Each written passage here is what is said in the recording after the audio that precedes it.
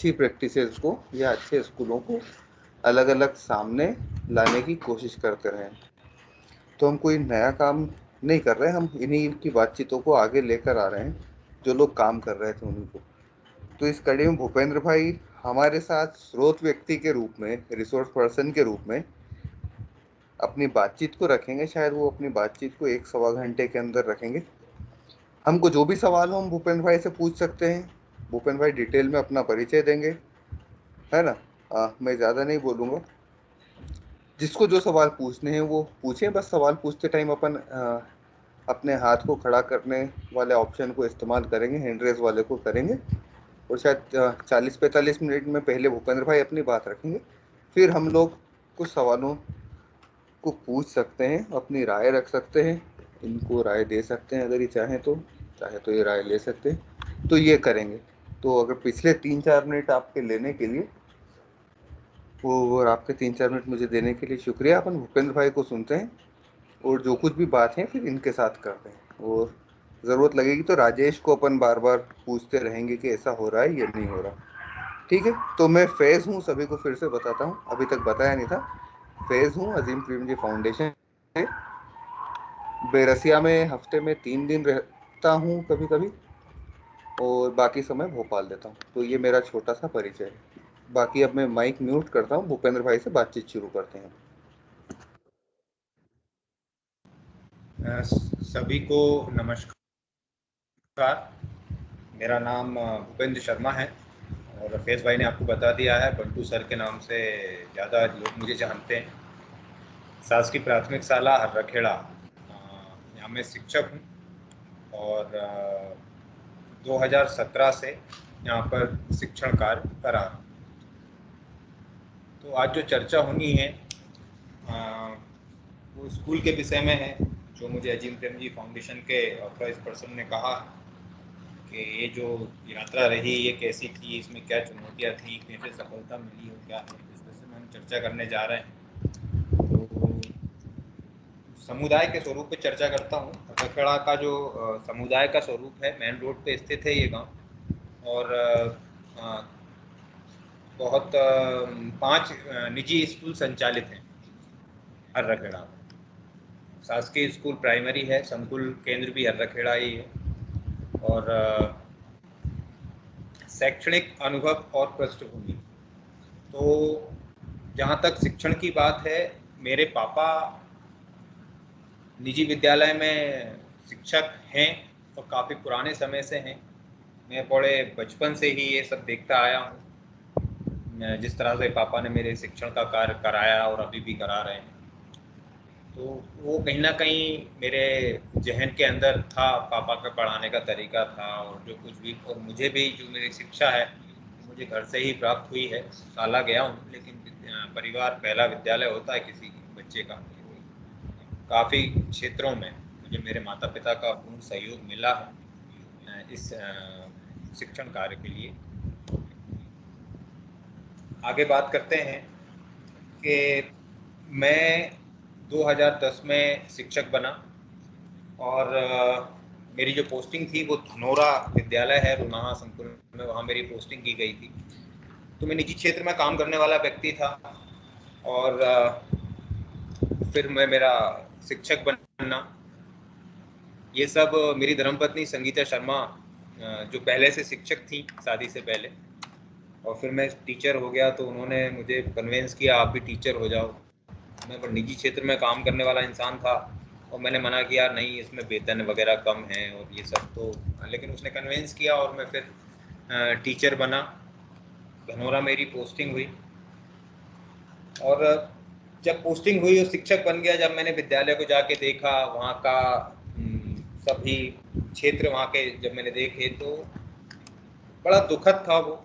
और एक शिक्षक होने के नाते मुझे यही लग रहा था कि ये क्या स्थिति है, क्योंकि मैं भी एक शासकीय विद्यालय में पढ़ा हूँ। और अभी जब मैंने शासकीय विद्यालय की स्थिति शिक्षक बनने के बाद देखी तो वो कोई बहुत अच्छी नहीं थी। तो मुझे लगा कि कहीं ना कहीं कुछ गलत हुआ है या हो रहा है, जिस कारण से शासकीय विद्यालयों की स्थिति जो है वो ऐसी हो गई है। तो फिर अक्सर जो आदमी करता है वही मेरे विचार थे कि कारण ढूंढने की कोशिश की, इसका कारण कौन, और तुरंत ढूंढ लिया इसका कारण जो है विभाग है और ये जो पॉलिसीज चल रही हैं ये है। और पूरा जो दोस्त था मन में मैंने किसी से कहा नहीं, लेकिन मेरे विचार थे ऐसे कि इसका जो कारण है ये सब सिस्टम। लेकिन जब मेरी वाइफ भी टीचर थी तो पहले मैं उसको छोड़ता था उसके विद्यालय, फिर मेरे विद्यालय जाता था। तो उसका जो कार्य था अपने विद्यालय में वो बड़ा अच्छे से अपना कार्य करती थी, बच्चों को बहुत अच्छे से पढ़ाती थी। और उसके विद्यालय की स्थिति मेरे विद्यालय से बहुत अच्छी थी। तो धीरे धीरे करके इस पर विचार होता रहा। फिर मैंने भी कुछ सोचा कि स्थिति बदलनी चाहिए, प्रयास करना चालू किए। कोई अनुभव नहीं था और अपने विद्यालय को मैं अच्छे से बनाना चाहता था, बच्चों को अच्छे से पढ़ाना चाहता था। ये मैं बात धनोरा की कर रहा हूँ, रोनाहा संकुल में एक स्कूल है और मैंने काफ़ी वहाँ पर बदलाव किए। लेकिन उनके उन बदलावों में मतलब कोई रणनीति मेरी नहीं थी, कोई कार्य योजना नहीं थी। अगर मैं कहूँ कि मैंने गया और सोचा आज मैं ये करता हूँ, अगले दिन सोचा आज मैं ये करता हूँ, तो ये दुर्घटना स्वरूप मैंने निर्णय लिए वहाँ और अच्छा करने का प्रयास किया। स्कूल में बदलाव भी आए, अच्छे बदलाव भी आए, लेकिन कहीं कुछ समस्याएं भी ऐसी वहाँ खड़ी हो गई जिस कारण से मेरा वहाँ से ट्रांसफ़र हो गया। ट्रांसफ़र के बाद मैं अपने विद्यालय आया, हर्राखेड़ा आया और मुझे शैक्षणिक व्यवस्था में model school, higher secondary school पढ़ाने का मौका मिला। तो मैं बड़ा दुखी था अंदर से कि मैंने बहुत अच्छा प्रयास करने की कोशिश की, लेकिन ये मुझे वहाँ से मेरे विद्यालय से हटा के यहाँ ट्रांसफ़र कर दिया गया। कुछ ऐसे इशू हो गए थे स्कूल को अच्छा करने में, मेरी कुछ लोगों से बुराई हो गई या उन्होंने मेरी शिकायतें की। लेकिन जब मैं पुरानी बात को भूल के और मॉडल आ गया तो वहाँ मैंने इस पर विचार किया। पढ़ाता भी था, मेहनत करता था, अच्छे शिक्षक साथी थे। विचार किया कि स्कूलों की स्थिति कैसे बदलेगी। तो इसी खोज में मुझे अपने गिजू भाई की का जो विद्यालय था बाल मंदिर, उसके विषय में पढ़ने का मौका मिला। फिर गिजू भाई की एक किताब पढ़ी तो उसमें बाल मनोविज्ञान को समझा कि बच्चे सोचते कैसे हैं, बच्चों को सिखाया कैसे जाता है, कैसी एक स्थिति हो सकती है। और कहीं ना कहीं मन में अपने विद्यालय को, शासकीय प्राथमिक शाला हर्राखेड़ा को एक आदर्श शाला बनाने का संकल्प में ले चुका था। और उस संकल्प को पूरा करने की जो भी तरीके थे उनको मैं खोज रहा था कि कुछ तरीके ऐसे हों जो बड़े सुव्यवस्थित हों और उनसे अच्छे से अच्छा परिणाम मुझे मेरे विद्यालय को मिले। तो उसी खोज में लगातार सीखने का मौका मिलता रहा, जिसमें अच्छे अच्छे विद्यालय जो भी हैं उनसे थोड़ा बहुत संपर्क करना, बातचीत करना। और इन सब के बाद मैंने जो सोच बनाई स्कूल की कि विद्यालय एक आदर्श विद्यालय कैसा होना चाहिए, तो मैंने समझा और बहुत अच्छे से समझा कि आदर्श विद्यालय से तात्पर्य एक ऐसे विद्यालय से है जहां बच्चों के अंदर जिज्ञासा बढ़े, बच्चे जानने की जो प्रवृत्ति है उसका विकास हो और बच्चों को रटने के लिए बाध्य नहीं किया जाए, रटाया नहीं जाए, उनकी समझ पे काम किया जाए। बच्चों में विद्यालय के अंदर डर नहीं होना चाहिए, अनुशासन होना चाहिए। लेकिन डर से अगर आप अनुशासित कर रहे हो तो शेर भी जो है हंटर के डर से टेबल पे खड़ा हो जाता है, तो उसको वेल ट्रेंड कहते हैं, वेल एजुकेटेड नहीं कहते। ये एक फिल्म का डायलॉग है जो मुझे बहुत अच्छा लगा था आमिर खान की।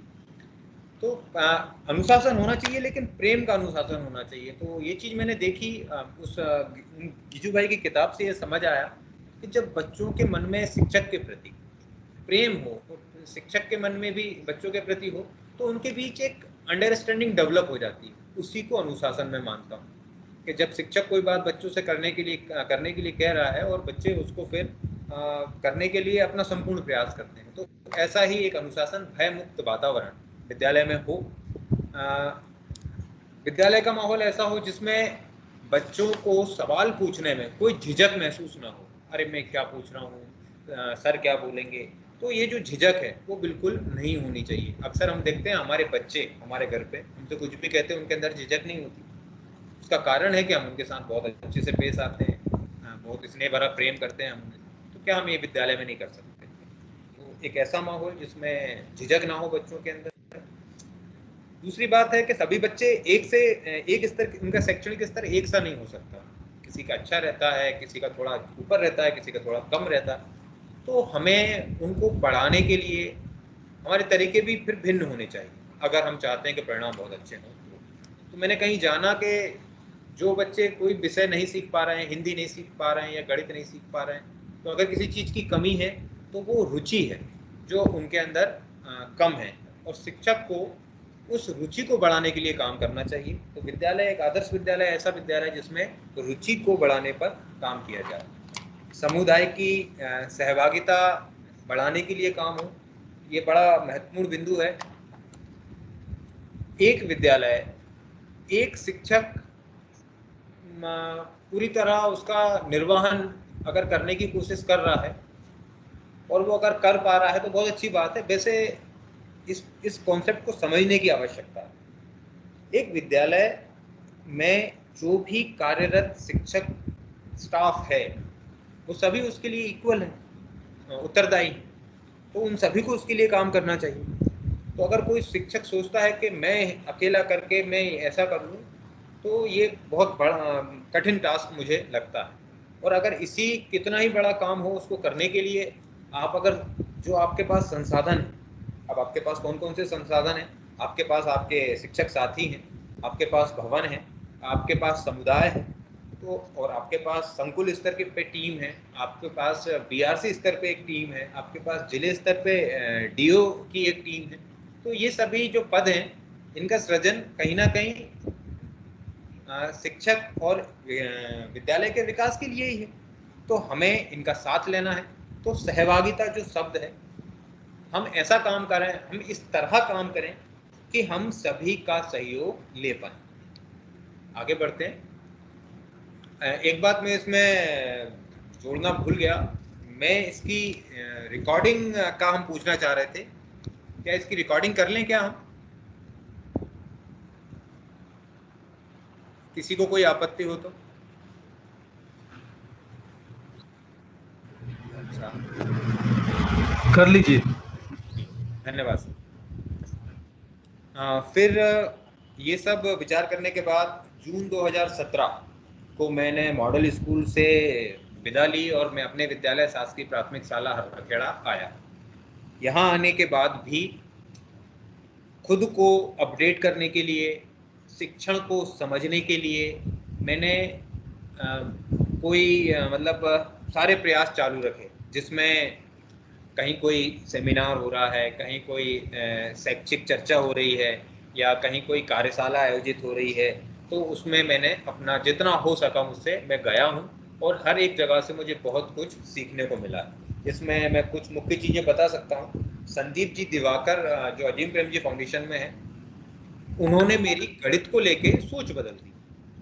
भिन्न, एक बार बैरसिया में ही एक चर्चा रखी थी उन्होंने, और हम आए थे, बैठे और उन्होंने भिन्न पढ़ाई, तो वो जो उन्होंने यूज़ की उसमें अधिगम सामग्री, वो बहुत ही मतलब एक तरह से मुझे तो दिख रहा था आंखों से कि ये 1/2 है और ये 1/4 है।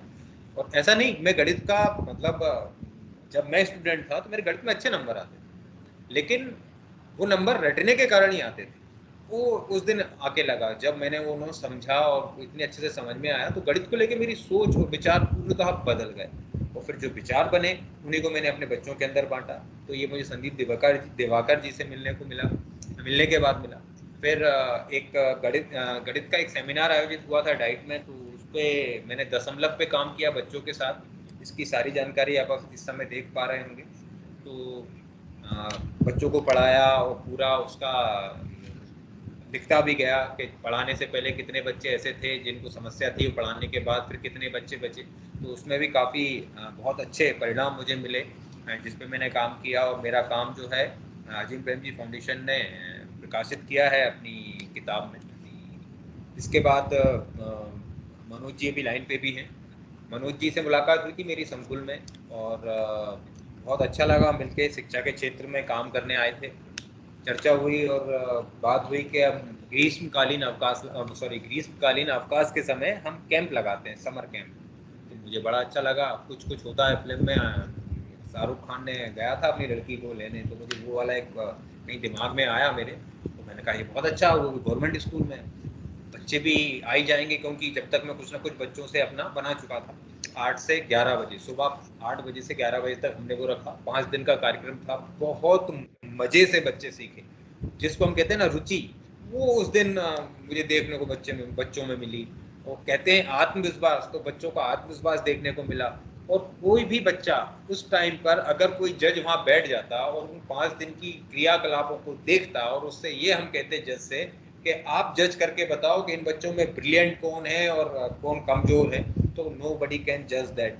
मतलब कोई नहीं कर सकता था। हर बच्चे का चेहरा खिला हुआ था, सब बच्चे बड़े खुश थे, बहुत अच्छे से कागज की चीजें बनाना सीख रहे थे। और जब समापन के दिन एयर होस्टेस, इंडिगो एयरलाइन की एयर होस्टेस आई और उनसे बच्चों ने चर्चा की। तो ये जो अनुभव मिले मुझे, स्वयं की योग्यता पर काम करने का मौका मिला, ये अद्वितीय रहे। आगे बढ़ते हैं, बात करते हैं स्कूल प्रबंधन में योगदान। तो शासकीय शालाओं में शिक्षक हैं, और सभी शिक्षक अपने विद्यालय को अपडेट करना चाहते हैं, अच्छे से शिक्षण कार्य कराना चाहते हैं, मैं ये मानता हूँ। लेकिन कहीं ना कहीं मैं ये भी मानता हूँ कि जानकारी के अभाव में या पता नहीं होने के कारण उतने अच्छे परिणाम नहीं आ पाते। तो जब मैंने ये किया, तो पहले मैं ये कर चुका था, मैंने धनौरा का सब बताया आपको। एक तरह से मुझे वहाँ से मेरे विद्यालय से हटा के दूसरी जगह पहुँचाया था, तो मैंने बड़ा विचार किया था। तो वो जो समय था 1 साल का, तो उस टाइम पे मैंने अपने आप पे काम किया, समझा कि एक आदर्श विद्यालय का निर्माण कैसे होना चाहिए। काम ऐसा हो कि जिसमें ज़्यादा से ज़्यादा सकारात्मक परिणाम सामने आए। तो वो जो समय था उसमें मैंने जाना और अपने मापदंड बनाए और एक ऐसा विद्यालय बनाने की पूरी रूपरेखा बनाई, और फिर मैंने काम चालू किया।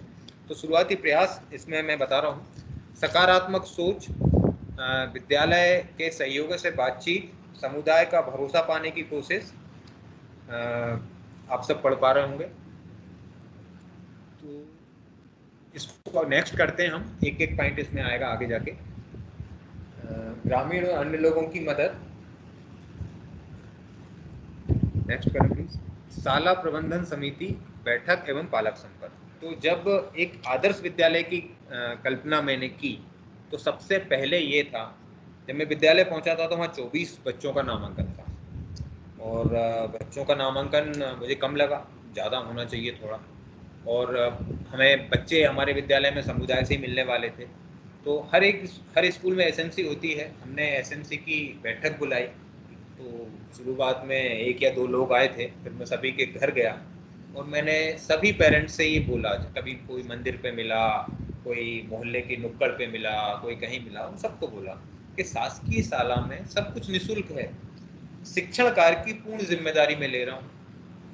आप एक बार विश्वास करें, अपने बच्चों को प्रवेश आप शासकीय शाला में दिलाएं, और हम शिक्षण कार्य में कोई भी कोताही नहीं छोड़ेंगे। और ऐसा मैंने प्रतिदिन जाता था, 10 घर बात करता था, 5 घर बात करता था। कई घर ऐसे हैं जिनके यहाँ मैं 10-10 बार गया, और बहुत से लोग ऐसे हैं जिन्होंने मुझे बच्चे नहीं दिए।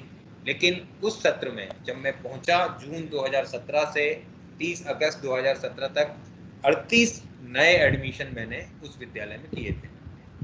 बड़ी संख्या थी, पहले 24 था नामांकन, फिर 38 और बच्चे आए। और शिक्षण कार्य मैंने जो स्कूल में चालू रखा, वो ठीक एक ऐसी रणनीति बनाई, ये कहा जाता है सो मस्ट गो ऑन। मतलब फिल्म थी वो भी एक, मेरा नाम जोकर, राज कपूर की। तो उसमें ये लाइन आई थी, बड़ी दिल को छूने वाला वो वीडियो है उसका, फिल्म में, मूवी में। तो शिक्षण की जो योजना बनाई वो ऐसी थी कि चाहे ड्यूटी लग जाए कहीं, या कुछ आवश्यक कार्य आ जाए, या छुट्टी लेना पड़े, लेकिन विद्यालय का जो शिक्षण कार्य है वो किसी एक के जाने के बाद रुके नहीं। क्या विद्यालय में शिक्षण कार्य हो रहा है, ये सभी शिक्षकों को जानकारी है। अगर कोई दूसरा शिक्षक मेरे एब्सेंस में मेरी क्लास में जाता है, तो उसको पता होता है कि सर ने ये पढ़ाया है और अब मुझे यहाँ से आगे उसको पढ़ाना है। और ये सब हो पाता है शिक्षकों के सहयोग से, आपसी बातचीत से। तो पेरेंट्स को इसमें इन्वॉल्व करना बहुत आवश्यक था, मैंने किया और मैंने अच्छे से पढ़ाया। पढ़ाने के बाद उसका फीडबैक जो है मैंने पेरेंट्स से लिया, तो धीरे धीरे करके ये लोग जुड़ते चले गए। तो यहाँ एक बात जोड़ूंगा मैं, कि कुछ चीज़ें हैं जो हमारे अंदर पहले से हैं। जैसे जब हम कोई धार्मिक ग्रंथ का श्रवण करते हैं, रामायण महाभारत या कोई कुरान हदीस जो भी है, जब हम करते हैं, इनको सुनते हैं, तो बड़ी श्रद्धा से हम उनको सुनते हैं। ये सभी लोगों के अंदर रहता है। ठीक ऐसे ही ये सभी लोगों के अंदर है, ठीक ऐसे ही विद्यालय जो है, स्कूल जो है, इसके प्रति भी लोगों के मन में बड़ी श्रद्धा है, बड़े अच्छे विचार हैं, क्योंकि वो भी कहीं ना कहीं सरकारी स्कूल में ही पढ़े हैं। तो जब हम उनसे मिलते हैं और हम अच्छा काम कर रहे हैं, जब हम उनसे फीडबैक लेते हैं, उनके घर जाते हैं, उनके बच्चे पे उससे चर्चा करते हैं, तो वही सम्मान जो मेरे टाइम पे हमारे गुरुजनों को मिलता था जब मैं विद्यार्थी था, तो वही सम्मान समाज हमें फिर देने लगता। और मेरे विद्यालय के तो हर क्षेत्र में समुदाय सहयोग कर रहा है, तो ये बहुत ज़रूरी काम है समुदाय को जोड़ना। इसमें एक फोटोग्राफ लगा हुआ है जिसमें बहुत सारे बच्चे भी दिख रहे हैं। तो ये मुझे याद आता है, शाम को 5 बज रहे थे, शाम को 5 बज रहे थे, निगम जी वहीं पे थे।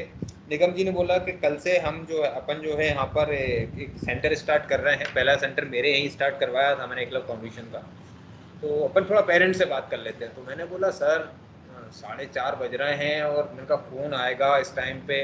तो निगम जी बोले कोशिश तो करते हैं। तो मैंने कहा बिल्कुल सर करते हैं। फिर मौसम वगैरह हम सब मिलके हम गए और पेरेंट्स को बोल के आए। तो ये फोटोग्राफ है उसका ही है।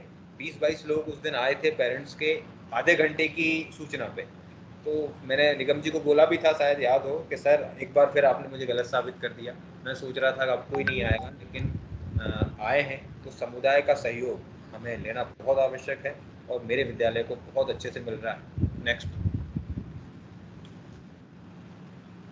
शाला में हम आदर्श शाला बनाने की बात कर रहे हैं, तो कुछ प्राथमिक हमें उपलब्धता देखनी है विद्यालय की।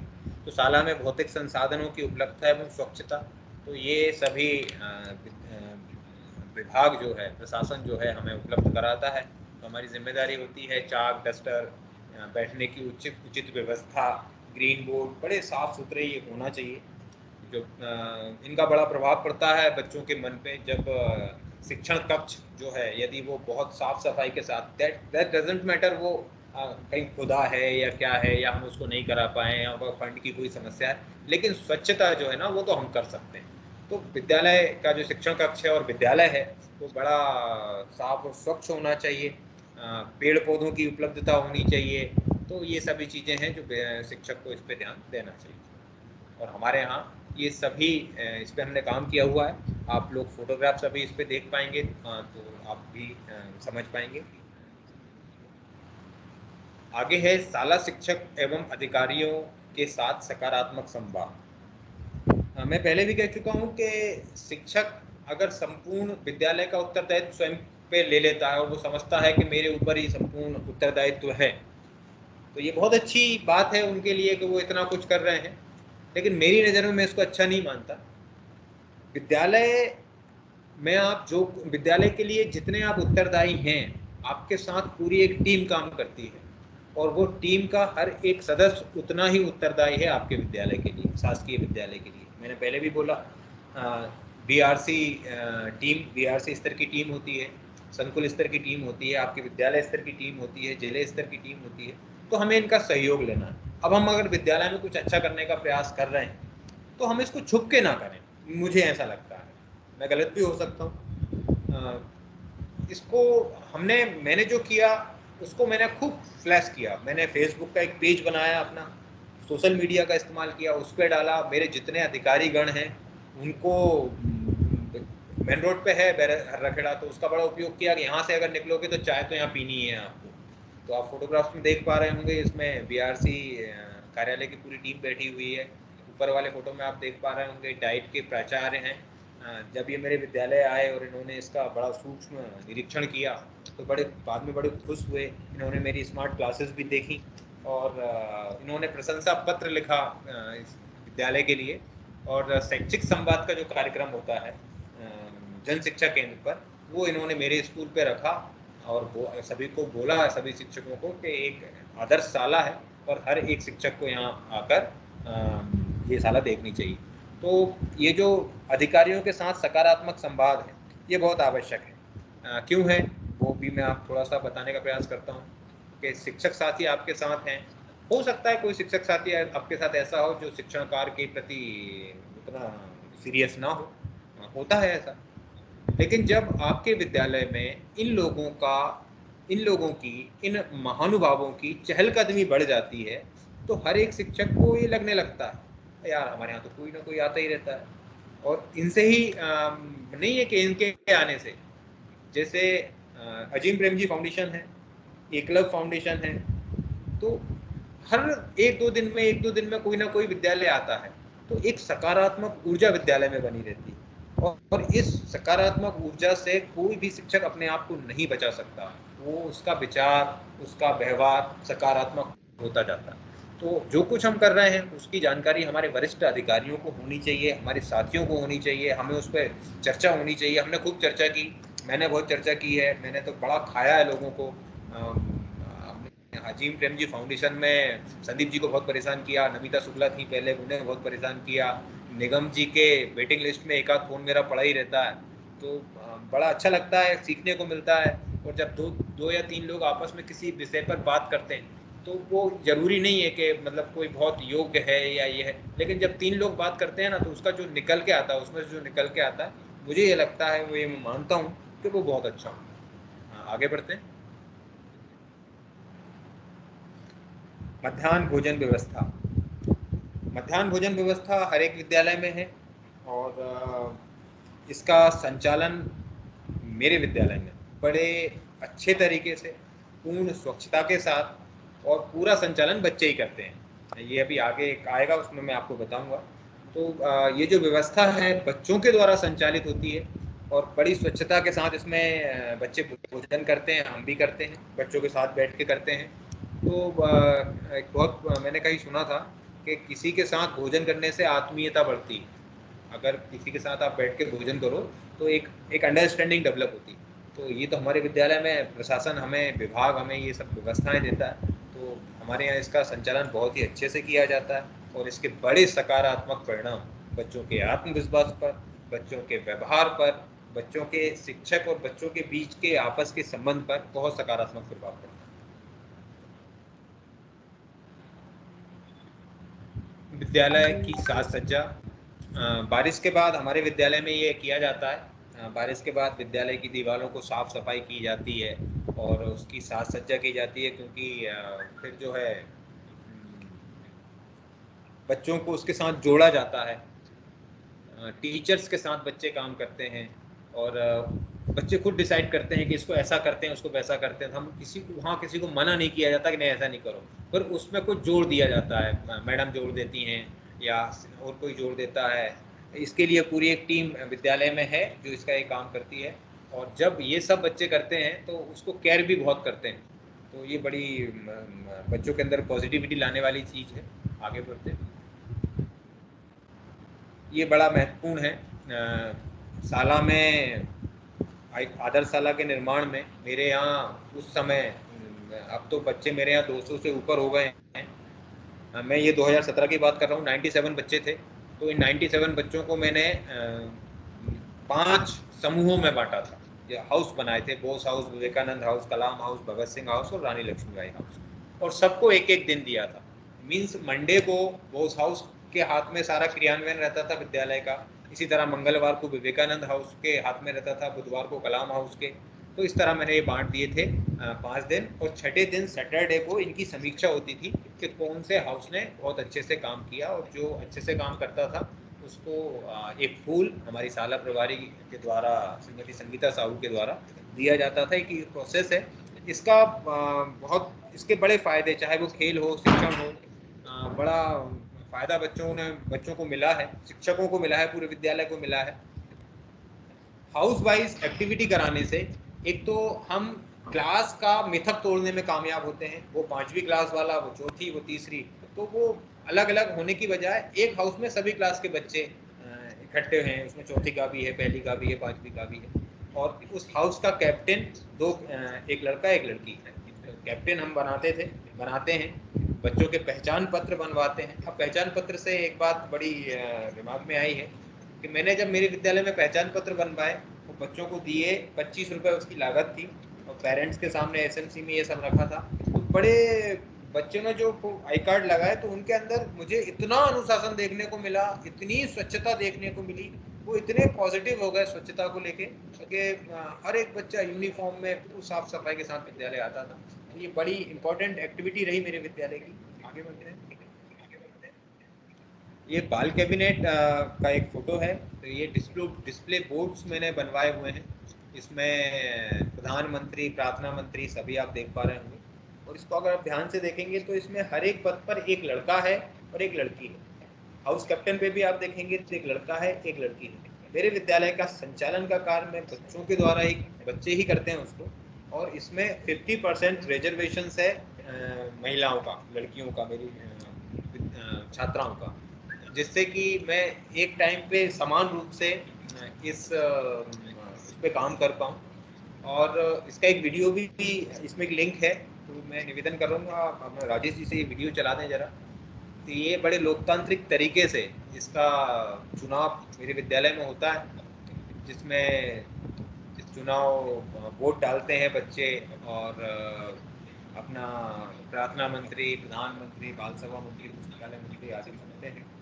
तो एक वीडियो अभी चलने वाला है।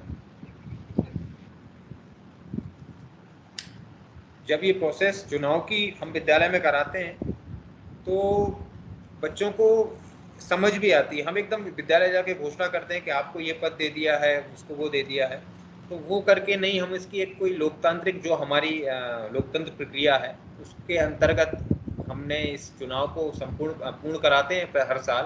और मेरे फेसबुक पेज पर इसका वीडियो भी डला हुआ है कि बच्चे अपना पहले तो आवेदन फॉर्म भरते हैं, फिर उस पर पापा के साइन करा के लाते हैं जो लोग चुनाव लड़ना चाहते हैं। शेयर हो गया, शेयर किया जा रहा है अभी। राजेश विजिबल है, आवाज भी आ रही है? आ रही है आवाज? 2019 और 20 की होने जा रही है। आप देख पा रहे हैं ये छात्र प्रत्याशियों की लाइन है जो कि कक्षा में चुनाव लड़ना चाह रहे हैं और अपना अपना आवेदन फॉर्म शाला में शिक्षिकाओं के पास जमा करा। ये चुनाव लड़ने का आवेदन पत्र है, छात्र प्रत्याशी शाला में जमा करा। तो अक्सर इस चुनाव में देखने को मिलता है। वोटिंग स्टार्ट हो चुकी है।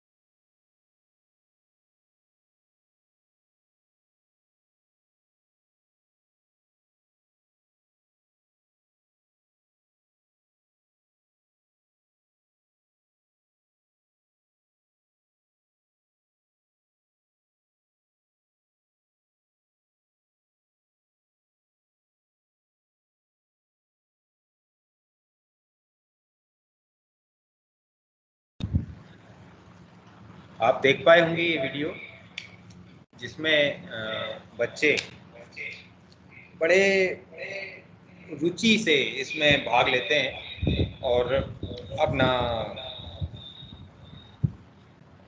प्रार्थना प्रकाश भाई मंत्री। एक मिनट, जी आपका स्पीकर चालू है कोई सा? आपकी आवाज इको हो रही है, तो या तो राजेश के लैपटॉप में चालू है, एक बार देखिए, आपकी आवाज रिपीट होकर आ रही है। जी, एक स्पीकर बंद करवाना होगा आपको। अब नहीं हो रही ना? हाँ, नहीं हो रही। ठीक ठीक सर, थैंक यू। तो इस तरह ये बच्चे अपने प्रत्याशियों का मतदान के द्वारा चुनाव करते हैं और इसकी सारी एक्टिविटी बच्चों के द्वारा ही की जाती है। अब विद्यालय संचालन का काम है तो वो भी बच्चों के द्वारा किया जाता है। इनके क्या क्या काम है उसका भी एक वीडियो आगे मिलेगा, मैं आपको दिखाऊंगा। अभी अगली स्लाइड पे चलते हैं। सुझाव एवं शिकायत के लिए संपर्क और जन जागरण रैली। ये सभी काम ये वाला जो काम है ये मेरे विद्यालय में हम पिछले 2 साल से कर रहे हैं। इसके अंतर्गत हाफ ईयरली एग्ज़ाम होने के बाद कक्षा शिक्षक जो होते हैं वो अपनी कक्षा के प्रत्येक बच्चे के घर जाके संपर्क करते हैं, जिसकी एक टूल किट मैंने बनाई थी जो आप देख पा रहे होंगे, फाइल में उनके पास है। उसमें कोई 17 सवाल थे जो पेरेंट्स से पूछे जाते हैं शिक्षक के द्वारा, और साथ ही उनसे कोई शिकायत हो उन्हें तो वो भी उनसे पूछी जाती है, कोई सुझाव हो तो वो भी उनसे लिया जाता है, और सबसे बाद में हम शिक्षक की तरफ से कुछ उनको बताया जाता है कि आपके बच्चे में आप ये और प्लस करने के लिए आप लोग मदद करें। क्योंकि परिवार जो है जब तक हम उसको शिक्षा के साथ नहीं जोड़ेंगे, बालक की बच्चे की शिक्षा के साथ नहीं जोड़ेंगे, तब तक जो है परिणाम बहुत ज़्यादा अच्छे मुश्किल होता है आना। तो ये जुड़ना बड़ा ज़रूरी है, इसके लिए ये काम किया जाता है। हाफ ईयरली एग्ज़ाम के बाद आप देख पा रहे होंगे हमारे शिक्षक इसमें संपर्क करते हैं। Next please.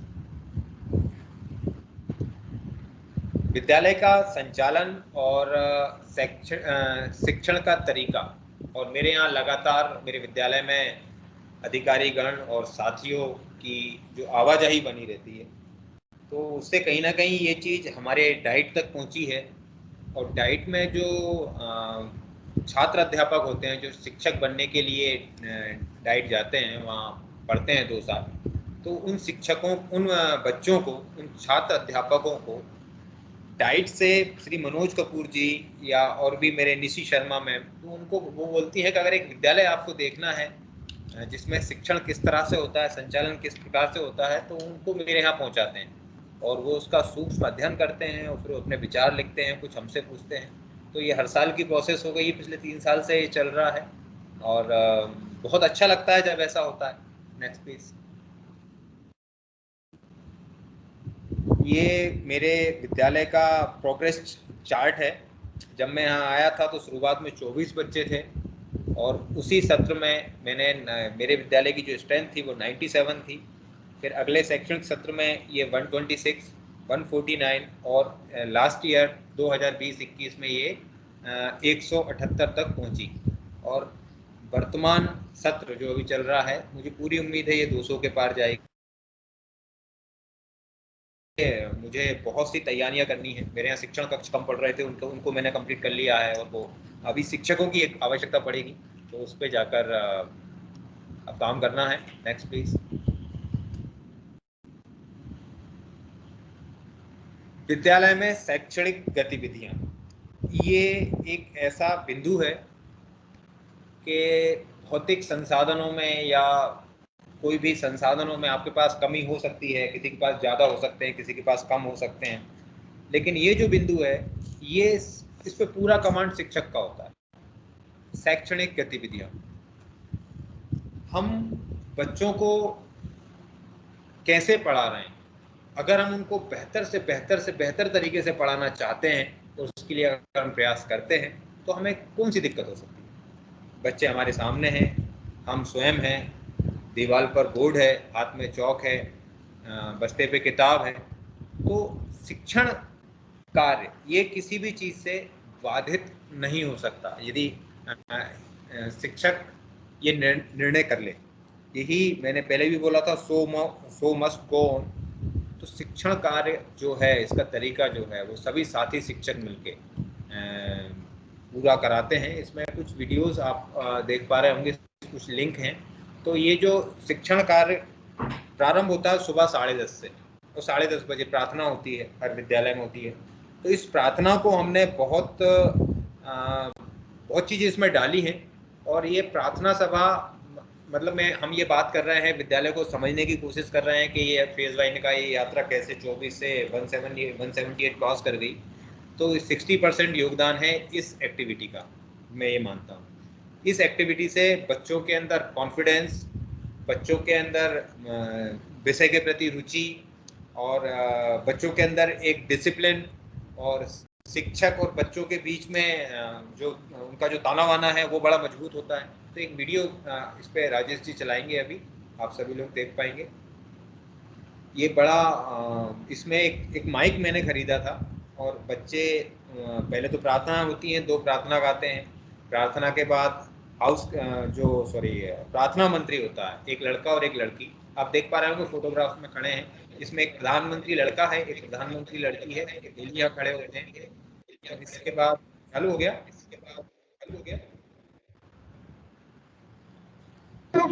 सुख चैन छीनता है जब तक बहुत बड़ी मजबूरी ना हो, इससे बचाने में ही भलाई हो। बहुत आउट जय हिंद।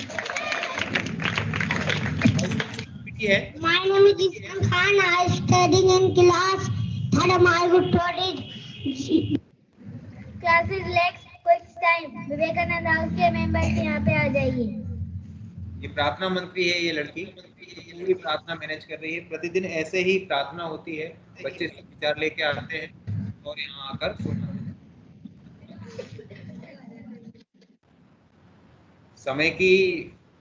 समय को देखते हुए मैं पूरा वीडियो नहीं चला रहा हूँ, थोड़ा आगे बढ़ाने को बोला है राजेश जी से। राजस्थान की राजधानी क्या? कहाँ पे है राजस्थान की राजधानी? कहाँ पर? तेज बोला करो, सब बोला करो। पंजाब की राजधानी कहाँ पे? कहाँ पर?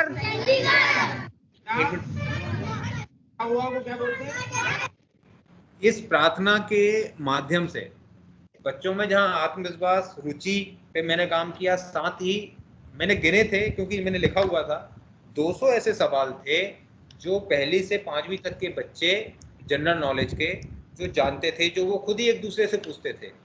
हाउस वाइज ये एक्टिविटी होती थी कि आज विवेकानंद हाउस पूछेगा और वो पूछेगा, तो उसकी तैयारी करके आते थे। तो इस एक्टिविटी से उनको वो सवाल याद भी हो रहे थे। इसमें इंग्लिश के वर्ड्स भी थे, इंग्लिश के सेंटेंसेस भी थे। चला दीजिए आप राजेश जी। तो बड़ा मैंने बोला 60% से ज़्यादा इफेक्ट करता है। उठ जाओ, उठ जाओ। ओके, इधर देखो, इधर देखो को। Look here, very good. हाँ, उधर देखो। Look here. हेलो। हेलो को क्या बोलते हैं? एक बार, वेरी गुड। नेक्स्ट बोलो। जल्दी करो। जल्दी करो। इसी तरह ये जो बच्चे हैं देख पा रहे हैं विश्वास, और ये छोटे छोटे बच्चे फर्स्ट और सेकंड क्लास के बच्चे माइक में आके पूछते हैं कि नहाले को इंग्लिश में क्या कहते हैं या इसको क्या कहते हैं। तो ये जो एक्टिविटी है ये रुचि से पूरी तरह भरी हुई है और बच्चों के अंदर आत्मविश्वास आप देख पा रहे होंगे। तो ये मेरे विद्यालय को इसने बहुत कुछ दिया है। आगे बढ़ते हैं। बात आती है शिक्षण कार्य की।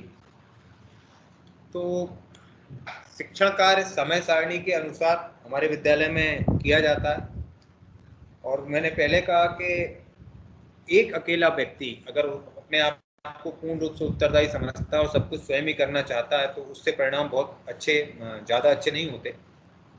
मेरे विद्यालय में शिक्षण कार्य, गतिविधि आधारित शिक्षण कार्य हमारी शाला प्रभारी संगीता साहू देखती हैं। शाला में स्वच्छता हमेशा बनी रहती है, वो भी उनका ही मतलब वो करने जाती हैं, वो एक झाड़ू उठाती हैं तो सारे बच्चे उनके पीछे निकल लेते हैं कि मैडम। सुबह 10 बजे वो विद्यालय आती हैं और फिर कुछ थोड़ा साफ सफाई करने की कोशिश करती हैं तो सारे बच्चे उनके साथ हो जाते हैं। तो मैं चाहूँगा कि खुद संगीता साहू इस विषय पर गतिविधि आधारित शिक्षण और स्वच्छता पर बोलें। हमारी शाला प्रभारी हैं।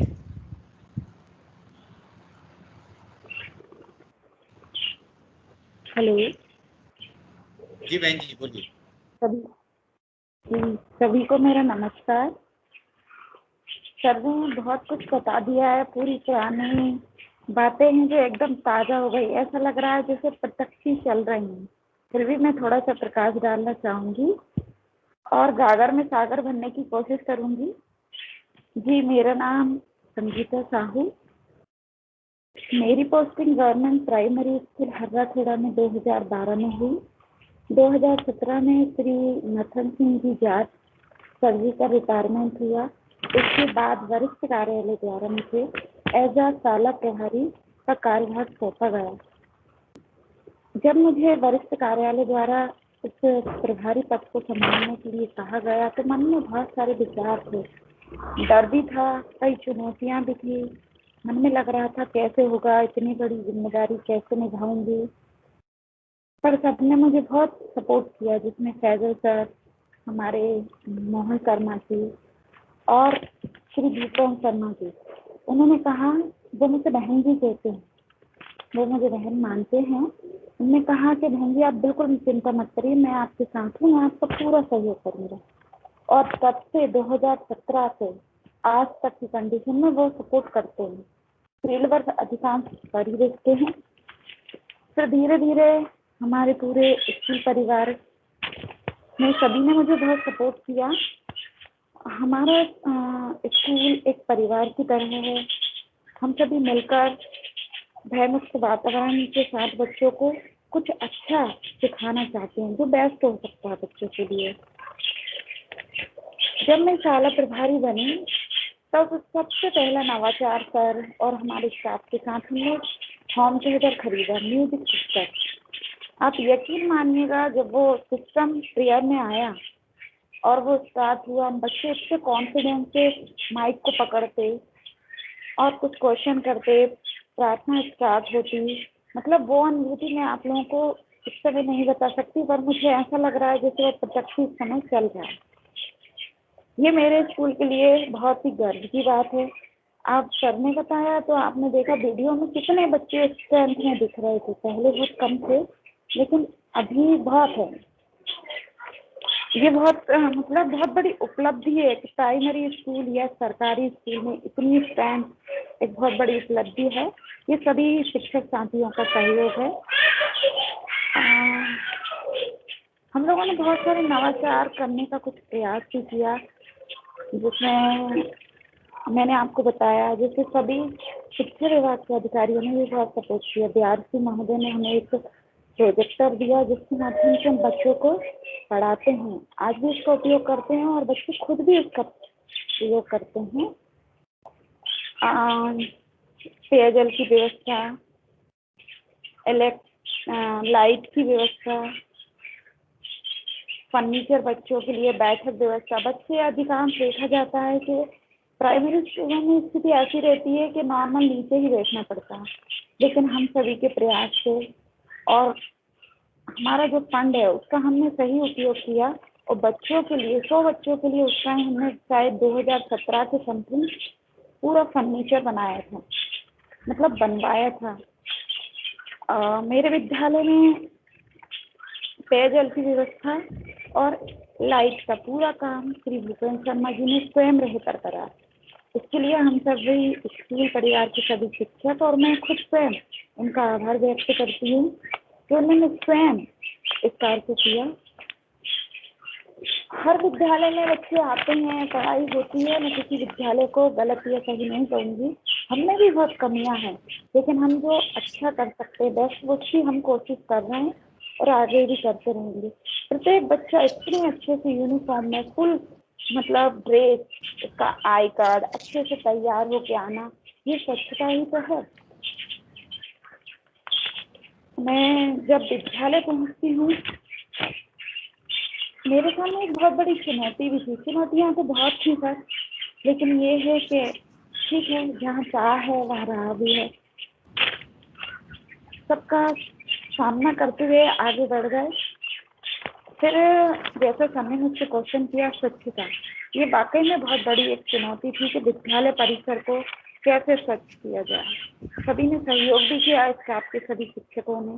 फिर हमने आपसी सामंजस्य के साथ हमारे जो मध्याह्न भोजन की दुआ हैं उससे उनसे हमने बात करी। फिर उनके जरिए मेरे प्रत्येक कक्ष के, विद्यालय के प्रत्येक कक्ष की साफ सफाई दुआ खुद करती हैं आगे रहकर। जब मैं स्कूल पहुंचती हूँ तो मेरा विद्यालय पूरा साफ कर देती हूँ मेरे क्लासों को। इसके बाद जब मैं स्कूल जाती हूँ, हम सभी पहुँचते हैं, तो मैं खुद स्वयं शाला प्रांगण की साफ सफाई का ध्यान रखती हूँ। जब बच्चे मुझे इस कार्य को करते देखते हैं और हम सभी शिक्षक भी इसमें सहयोग करते हैं तो खुद ही हम लोगों के साथ जुड़ जाते हैं। यकीन मानिएगा, बच्चे मतलब जब स्वच्छता से जुड़ते हैं तो ना केवल वो स्वच्छता को समझते हैं बल्कि वो इसको अपने जीवन में भी उतारते हैं। सर ने बोला था कि मैं ही ये कार्य करती हूँ, पर ऐसा नहीं है, सभी मेरे साथ सपोर्ट करते हैं। सपोर्ट बहुत ज़रूरी है, या बच्चों का हो या आप सभी का, के शिक्षक साथियों का। शैक्षणिक आधारित गतिविधि एक्टिविटी बेस पे हम मतलब सोचते हैं कि बच्चे बहुत अच्छा सीखें, कुछ उनके अंदर जाए, जो हम सिखा रहे हैं वो मैसेज एक जाए कि हमने कुछ किया है, बच्चे कुछ सीख रहे हैं, घर पे भी लगे सबको। तो हमने बच्चों को गिरतारा, सांप सीढ़ी, कुछ प्रोजेक्ट बनाने दिए। पेंटिंग बच्चों को बहुत अच्छी लगती है, बच्चे पेंटिंग करते हैं। इतने दूसरे जब दिन वो आते हैं, जब कुछ प्रोजेक्ट उनको बनाने के लिए दिया जाता है तो इतने उत्साहित और प्रफुल्लित होकर आते हैं और बिल्कुल भय मुक्त वातावरण के साथ उनमें कुछ करने की रुचि होती है। हम लोगों ने LED का भी यूज करा है, बच्चे इतने अच्छे से उसको कैच करते हैं। आदर्श विद्यालय में सभी का बहुत सपोर्ट है, उसमें शर्मा जी का बहुत ज़्यादा योगदान है। और बच्चों में कॉन्फिडेंस लेवल बहुत बड़ा हुआ है। और बच्चों में क्या, हम लोगों में थोड़ी में थोड़ा अजीब लगता था, लेकिन करते करते अभ्यास हो ही जाता है। मैं सभी शिक्षक साथियों को पुनः धन्यवाद देना चाहूँगी और सहयोग के लिए बार बार धन्यवाद।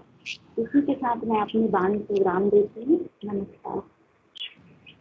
बहुत बहुत धन्यवाद बहन जी, बहुत अच्छा बोला आपने।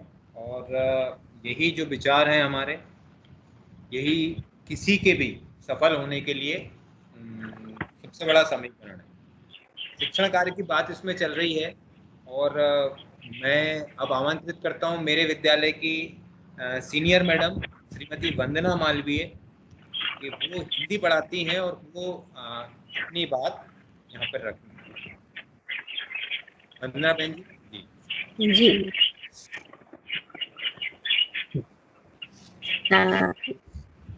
सभी को मेरा नमस्कार। वीडियो चालू मैं करो। इस विद्यालय हाँ, हाँ, सभी को मेरा नमस्कार।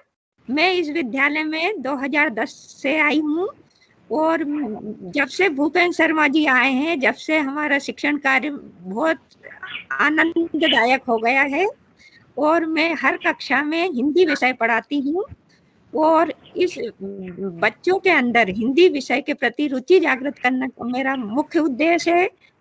और मैं हम जो सर ने और मैडम ने बता ही दिया है कि प्रार्थना में हम जो, अब सबका स्तर एक जैसा तो नहीं है हिंदी सीखने का, पर जो कमजोर बच्चे हैं उनको हम प्रार्थना में सुविचार लिख कर लाने को बोलते हैं और जो बच्चे लिख के लाते हैं उनमें हम कमजोर बच्चों को ज्यादा प्रोत्साहित करते हैं, वो बोलते हैं और फिर हम उन्हें कहते हैं कि आज तुम थोड़े अटके हो, पर आपको, हमको तो इतना भी नहीं आता था, हम तुम्हारी उम्र में थे, आप तो कल और अच्छा बोलोगे। ऐसे ही हम क्लास में भी, कक्षा में भी अपने कविता के माध्यम से, कहानी के माध्यम से बच्चों को पढ़ाई में रुचि उत्पन्न करने का प्रयास करते हैं। जैसे मैं एक थोड़ा सा उदाहरण देती हूँ पहले के बच्चों के लिए हिंदी सिखाने के लिए, मैं कि उनकी मतलब ग्रामीण क्षेत्र की भाषा में कि छोटा आम में कछू नहीं, बड़ा आम में डंडा, छोटी ई में कछू नहीं, बड़ी ई में चुटैया, छोटा ऊ में कछू नहीं, बड़ा ऊ में पूछैया। तो बच्चों को बहुत मजा आता है। और जब हमारे इंग्लिश के कभी शिक्षक साथी नहीं आ पाए हैं तो मैं ABCD के मतलब उनकी क्लास में जाके ABCD सिखाती हूँ, तो उसमें भी उन्हें बहुत मजा आता है। मैं उनको ABCD डायरेक्ट नहीं सिखा के उन्हें कि एक ही होती दो टांगे, बी बना है 3 से, सी तो होता आधा गोला, डी के पेट में पड़ी नकली, ई के होते 3 हाथ, एफ बेचारा 2 हाथों, जी का पैर पेट के अंदर, एच बना है कुर्सी जैसा, आई खड़ा है खंबे जैसा, जे बना छतरी का डंडा, के का खुला हुआ है मुंह, एल बेचारा सीधा साधा, एम के अंदर बना है झूला, एन के होते 2 हाथ, पी का खुला हुआ है मुंह, क्यू की होती छोटी पूछ, आर के पेट में चला है तीर, एस बना है सांप जैसा, टी के ऊपर बनी है छत, यू बना है कुएं जैसा, भी बना कौए की चोच, डब्ल्यू जैसा उल्टा एम, एक्स बना खतरे का चिन्ह, वाई खड़ा है टावर जैसा, जेड बन गई जीटीवी, खत्म हो गई एबीसीडी। हमारे बच्चों को बहुत मजा आता है। और अब बस मैं ये, हमारे स्कूल में बच्चे कम थे तो मजा नहीं आता था, अब हमारे यहाँ बच्चे बड़े हैं तो हमारी जिम्मेदारियां बढ़ी हैं, पर मजा बहुत आ रहा है अब पढ़ाने में। और हम सभी शिक्षक साथी भय मुक्त वातावरण बनाते हैं कि बच्चे हमारे साथ बैठ के सब उनकी जो समस्याएं होती है वो करते हैं, और हम ज्यादा से ज्यादा पढ़ाई को रुचिकर बनाने का प्रयास करते हैं। यही पुनः मुझे मेरा सभी को नमस्कार, और मैं अपनी वाणी को विराम देती हूँ। बहुत बहुत धन्यवाद बहन जी, आपने पूरी एबीसीडी सुनाई। और ये 3-4 महीने से आप स्कूल नहीं आ पाई हैं, अभी जो लॉकडाउन लग रहा है 2 महीने हो गए, और आपको अभी पूरा कंठस्थ है, बहुत बड़ी बात है। तो आगे बढ़ते हैं पीपीटी पे। इसमें आप देख पा रहे होंगे गिनमाला का उपयोग हम बच्चों को पढ़ाने के लिए करते हैं, गतिविधि आधारित शिक्षण। इसके बाद सांप सीढ़ी का हमने एक प्रिंट करा है, 10 बाई 10 की एक फ्लैक्स है, जिसमें संगीता, वंदना मैडम आप अपना माइक बंद कर लीजिए जी। तो इस सांप सीढ़ी के माध्यम से बच्चे एक टाइम में जोड़ना और घटाना दोनों सीखते हैं। मैंने इसके लिए जो हमने बनाया तरीका, हम सभी शिक्षकों ने मिलके, इसमें 5-5 बच्चों के ग्रुप बनाए 4, तो 4 बच्चे सांप सीढ़ी पे चलते हैं और 4 बच्चे अलग खड़े होते हैं जो उसके नंबर जोड़ते या घटाते हैं।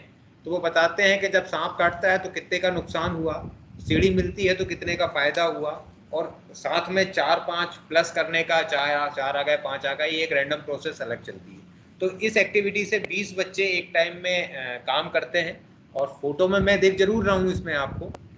बाकी ये काम जो है संगीता बहन जी कराती हैं, वंदना बहन जी कराती हैं, और बहुत अच्छे से ये काम चलता है। ऊपर जो मैंने आपसे पहले चर्चा की थी, दशमलव पे संदीप दिवाकर जी का मैंने नाम लिया था, तो वो लड़की जो दिख रही है, ये वही मैंने संदीप जी से सीखा था। इस शीट को ईवा शीट कहते हैं, इससे मैंने अपने TLM बनाए हैं और शिक्षण कार्य बहुत अच्छा हुआ है। इसमें कुछ वीडियोस की लिंक भी हैं, तो वो रहने दो, समय है नहीं, थोड़ा सा एक चर्चा करेंगे। अब तो एक चर्चा करना है।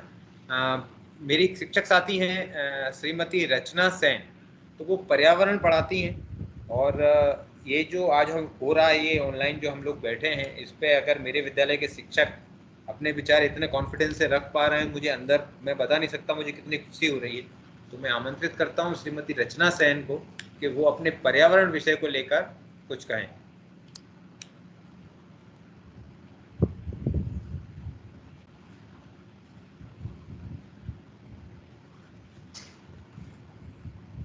रचना सेन मैडम प्लीज बोलें आप। माइक का बटन होगा, उसको पहले ऑन करो फिर आप बोलो। हाँ, थैंक यू। जी सर आ रही है आवाज?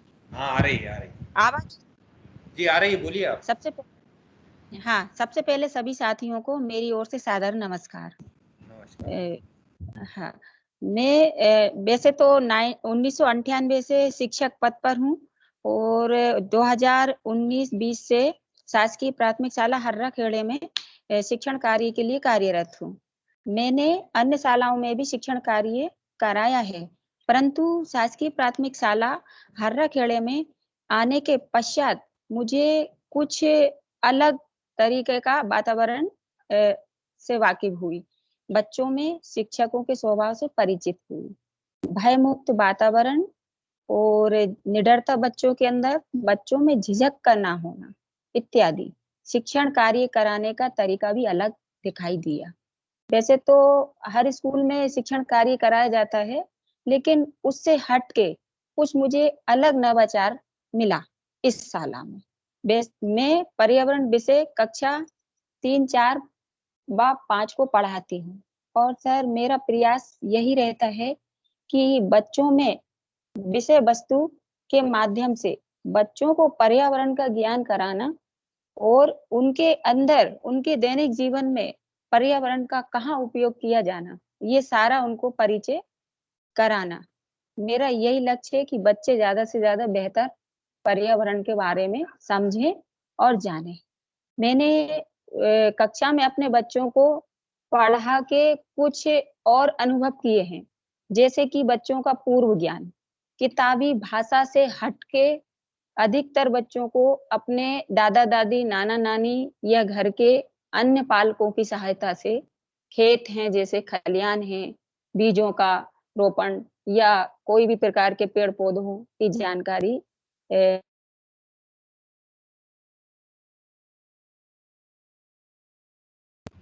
जी बहन जी, आवाज नहीं आ रही आपकी।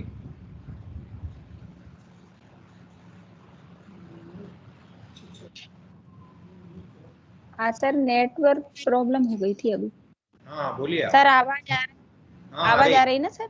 आ रही, बोलिए आप। हाँ, मेरा कहने का मतलब ये है कि हमारी कक्षा के बच्चों को जिस प्रकार अपन क्लास का विषय वस्तु के रिलेटेड अपन समझाते हैं, उससे कहीं ज्यादा उनको पूर्व ज्ञान देखा गया है। और उसी प्रकार से बच्चों को कहानियां और अपने क्लास का वातावरण को आनंददायी बनाने के लिए पर्यावरण से रिलेटेड कोई भी चीज को अपन उस पे अवलोकन कराना।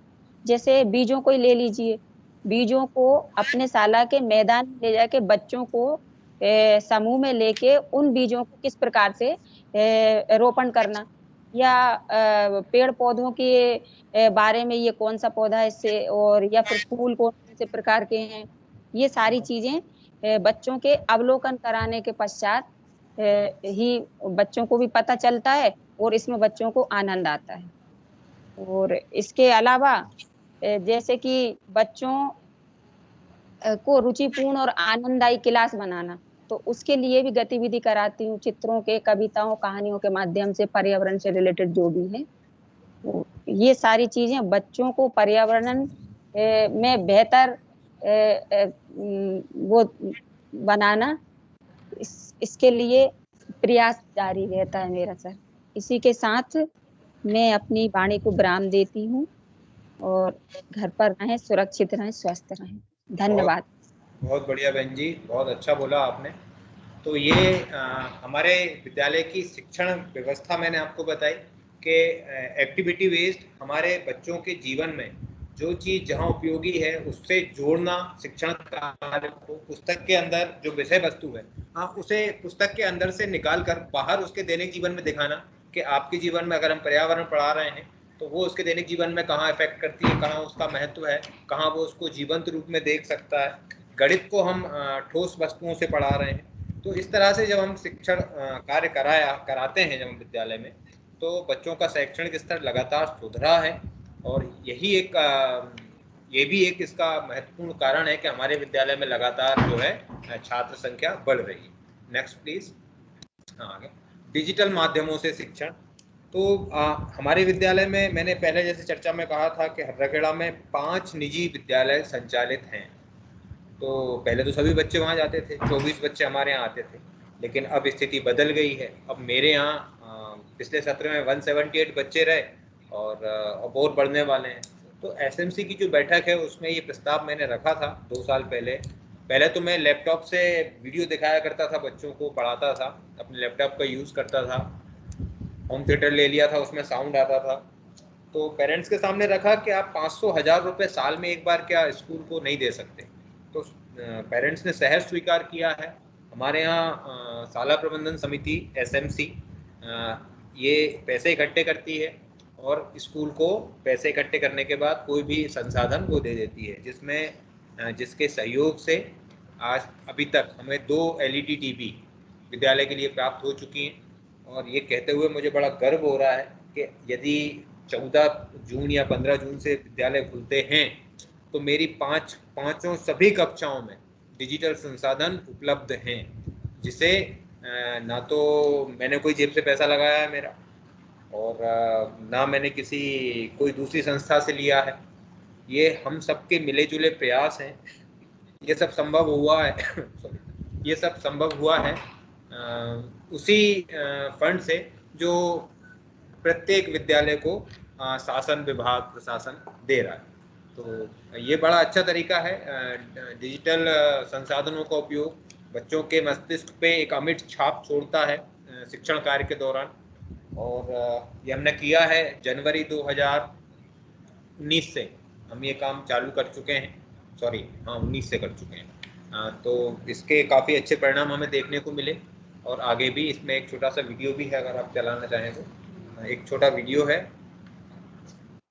जो बच्चों को कक्षा के अंदर बांध के रख देता है। एक वीडियो, इसके लिए हमने डिजिटल सिलेबस भी बनाया है, मैंने ही बनाया है, शिक्षकों के सहयोग से बनाया है, जो हमारे पाठ्य पुस्तक अनुसार ऑपरेट होता है। एलईडी टीवी के अंदर रिमोट से आप उसको ऑपरेट कर सकते हो। जो लेसन आप पढ़ा रहे हो उस लेसन पे जाके जब आप एंटर करोगे तो उस विषय वस्तु से संबंधित आपको एक वीडियो वहाँ पर बच्चों को दिखाने के लिए मिल जाएगा। ये बड़े शॉर्ट वीडियो होते हैं और सभी एनिमेटेड वीडियो हैं, जिसमें बच्चे बड़ा कार्टून में बड़ा इंटरेस्ट लेते हैं।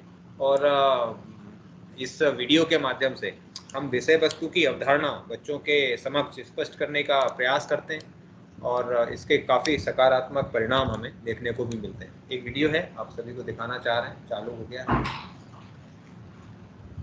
शेयर कर दिया सर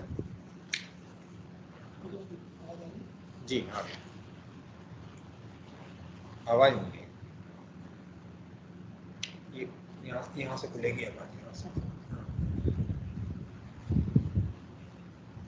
अच्छा जल्दी करो करते हैं, है ना? उसको इंग्लिश में क्या कहते हैं? आप लोगों को ये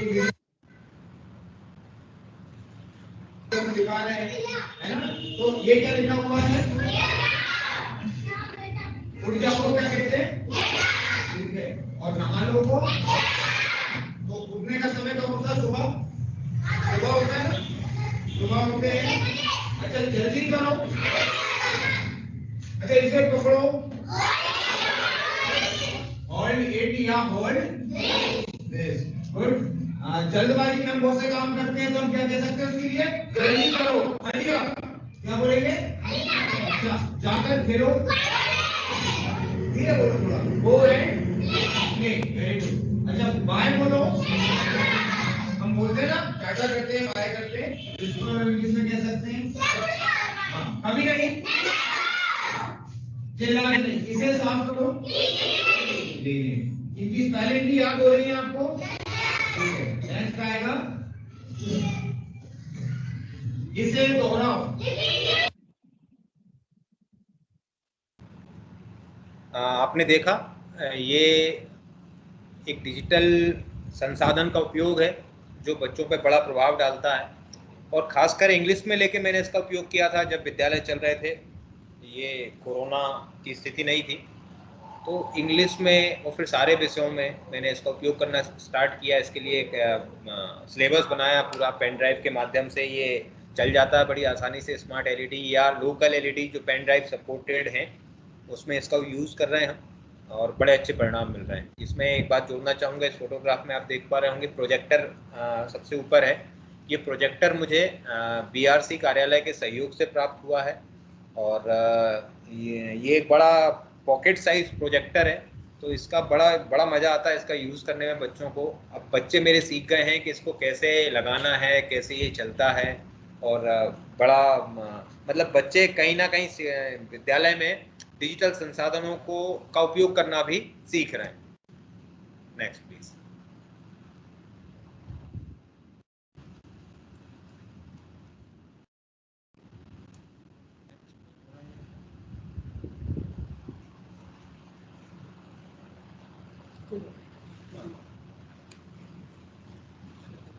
बाल सभा बाल मेला, ये बाल सभा हर एक विद्यालय में प्रत्येक शनिवार को विभाग कराने को बोलते हैं कि ये होना चाहिए और सभी कराते हैं। तो हमारे विद्यालय में भी होती है। विषय वस्तु से संबंधित इसको हम रखते हैं। जो जैसे इस सप्ताह में किसी महान व्यक्ति का कोई जन्मदिन है तो उससे संबंधित हम वीडियो हमारी बाल सभा में प्रोजेक्टर की मदद से बच्चों को दिखा देते हैं और बच्चे बड़े उसको ध्यान से देखते हैं। इसके बाद एक 14 नवंबर जो बाल दिवस होता है उस दिन हम बच्चों के लिए पिछले 2 साल से, पहले हम पिछले 2 साल से तो हमने बाल मेला लगाया, जिसमें बच्चे दुकान लगाते थे और फिर वो अपना पूरा हिसाब रखना हम उनको सिखाते थे, जोड़ना घटाना, कितने पैसे लग के बैठे, तुम्हें क्या मुनाफा हुआ, क्या हानि हुई, वगैरह वगैरह। लेकिन पिछले बाल दिवस पर हमने बाल मेला लगाया था, जो गणित के कॉन्सेप्ट पर आधारित था। और संदीप जी दिवाकर जी ने ये मुझे आइडिया दिया था, तो उसका एक वीडियो है, वो आप देखें, आपको समझ आएगा, बच्चों का जोश आपको समझ में आएगा, बच्चों का कॉन्फिडेंस लेवल आपको समझ में आएगा। और ये सब ऐसी एक्टिविटी हैं जो बच्चों के लिए घर बना देती हैं विद्यालय को। जैसे बच्चे अपने घर में, अपने परिवार में बड़े सामान्य रहते हैं ना, उसी अनुसार विद्यालय में भी वो अपने आप को उतना ही फ्री समझते हैं जैसे वो अपने घर परिवार में। तो ये एक्टिविटीज के माध्यम से ये बड़ा आसानी से संभव होगा। शासकीय प्राथमिक शाला हर्रखेड़ा मापन मेला का आयोजन कर रही है। ये मापन मेला बच्चों के द्वारा लगाया जा रहा है, जहाँ पर पेरेंट्स भी और ग्रामीण भी आकर बहुत सी जानकारियाँ प्राप्त कर रहे हैं। आपको एक एक काउंटर की जानकारी के लिए मैं आपको एक एक काउंटर पे ले, ये प्रवेश द्वार है जहाँ पर 2 बच्चे बैठे हैं और यहाँ पर प्रवेश द्वार पर एंट्री की जाती है बच्चों के द्वारा आने वाले की, और उसको एक रजिस्ट्रेशन कार्ड दिया जा रहा है जिसमें हर एक काउंटर पर ये धीरे धीरे करके भरा जाएगा और सारी जानकारियाँ इसमें इकट्ठी होंगी। ये काउंटर नंबर पहला है जहाँ पर बच्चों के द्वारा हाइट, ऊंचाई की नपाई की जा रही है, जिसकी एंट्री बच्चों के द्वारा की जाती है। आगे चलते हैं। 5 सेंटीमीटर। अच्छा, एक ये प्रोजेक्ट रख के बच्चे बैठे हुए हैं। बेटा क्या है ये? अच्छा अच्छा, सौर मंडल है। बीच में जो दिखाई दे रहा है ये क्या है? सूरज। अच्छा, सूर्य ग्रह होगा, है ना? ग्रह है, ग्रह है या क्या है ये? ग्रह है ये, सूरज तारा है, और बाकी सब क्या है? ग्रह है। अच्छा, इनमें सबसे छोटा ग्रह कौन सा है? हाथ लगा के बता। और सबसे बड़ा? बृहस्पति। अच्छा, और हमारी पृथ्वी नहीं दिख रही कहीं इसमें? पृथ्वी है। पृथ्वी है। अच्छा, पृथ्वी सूर्य का चक्कर कितने टाइम में लगा लेती है?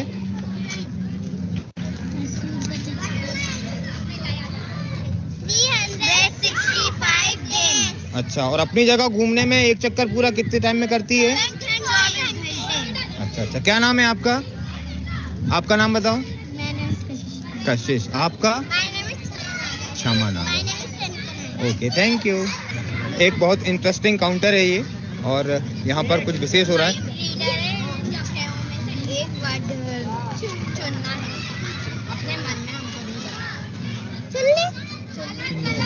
इसमें है वो संख्या है,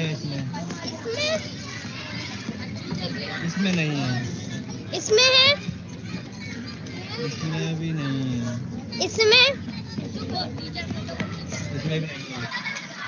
इसमें बच्चे के मन में सोची हुई संख्या देंगे।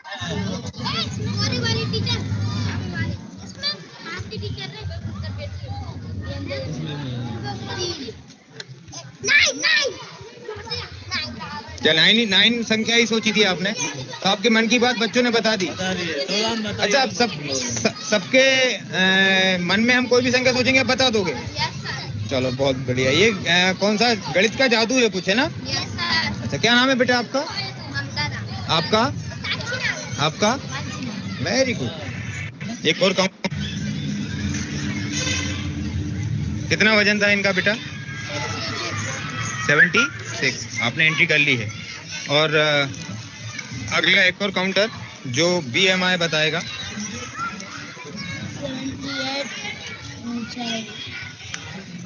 ऊंचाई और वजन के अनुसार ये बच्चे इस चार्ट के द्वारा ये बताएंगे कि आपका वजन अच्छा है, ज़्यादा है या कम है। ऐसे काउंटर यहाँ पर चल रहे हैं। चलते हैं अगले काउंटर की ओर। ये अगला काउंटर है। यहाँ पर ये कुछ आकृतियाँ रखी हुई हैं, कागज़ पे बनी हुई हैं, और इनको इन टुकड़ों की सहायता से बनाना है। और यहाँ वाटर हार्वेस्टिंग का एक मॉडल बच्चों के द्वारा जानकारी। अभी शेयर चल रहा है।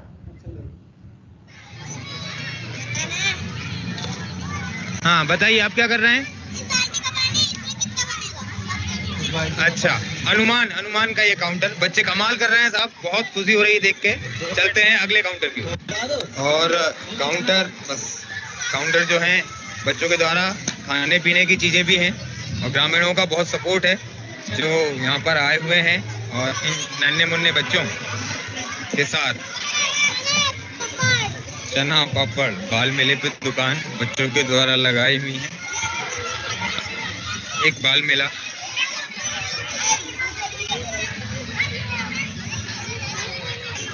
इस काउंटर पर उपलब्ध हैं हमारे संदीप दिवाकर सर जो आज हमारे स्कूल पधारे हुए हैं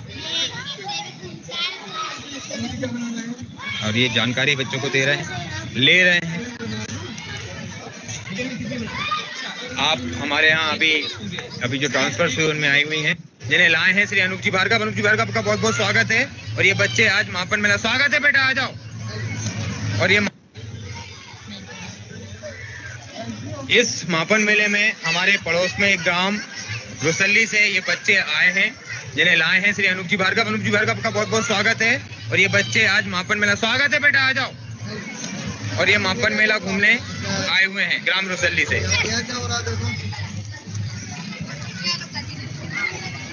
बाल दिवस अपने जोरों पर।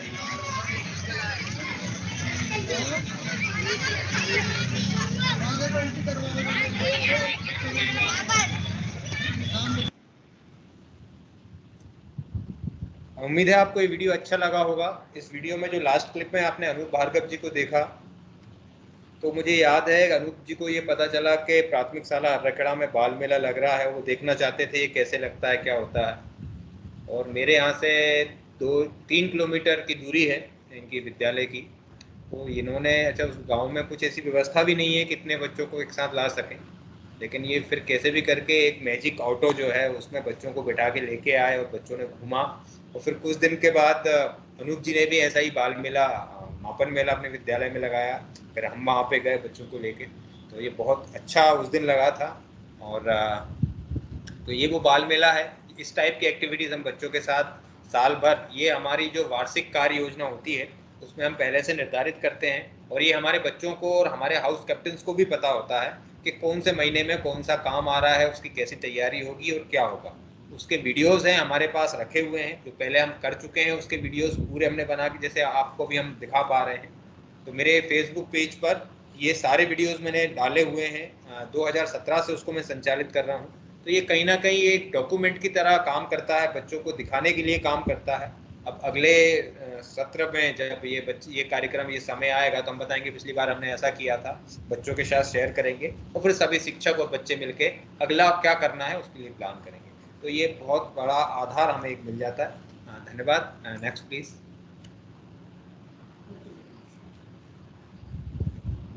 इसी में शिक्षक दिवस एक एक्टिविटी है जिसमें बच्चे जो हैं टीचर्स को ग्रीटिंग बना के आप देख रहे हैं दे रहे हैं। और इसमें भी कुछ लिंक्स हैं, अपन इतनी लिंक्स अभी चलाना संभव नहीं होगा। इसमें बाल सभा की लिंक्स हैं, बच्चों के डांस की लिंक है, तो फिर आप चाहें आपको उपलब्ध करा दिए जाएंगी देखने के लिए। Next please.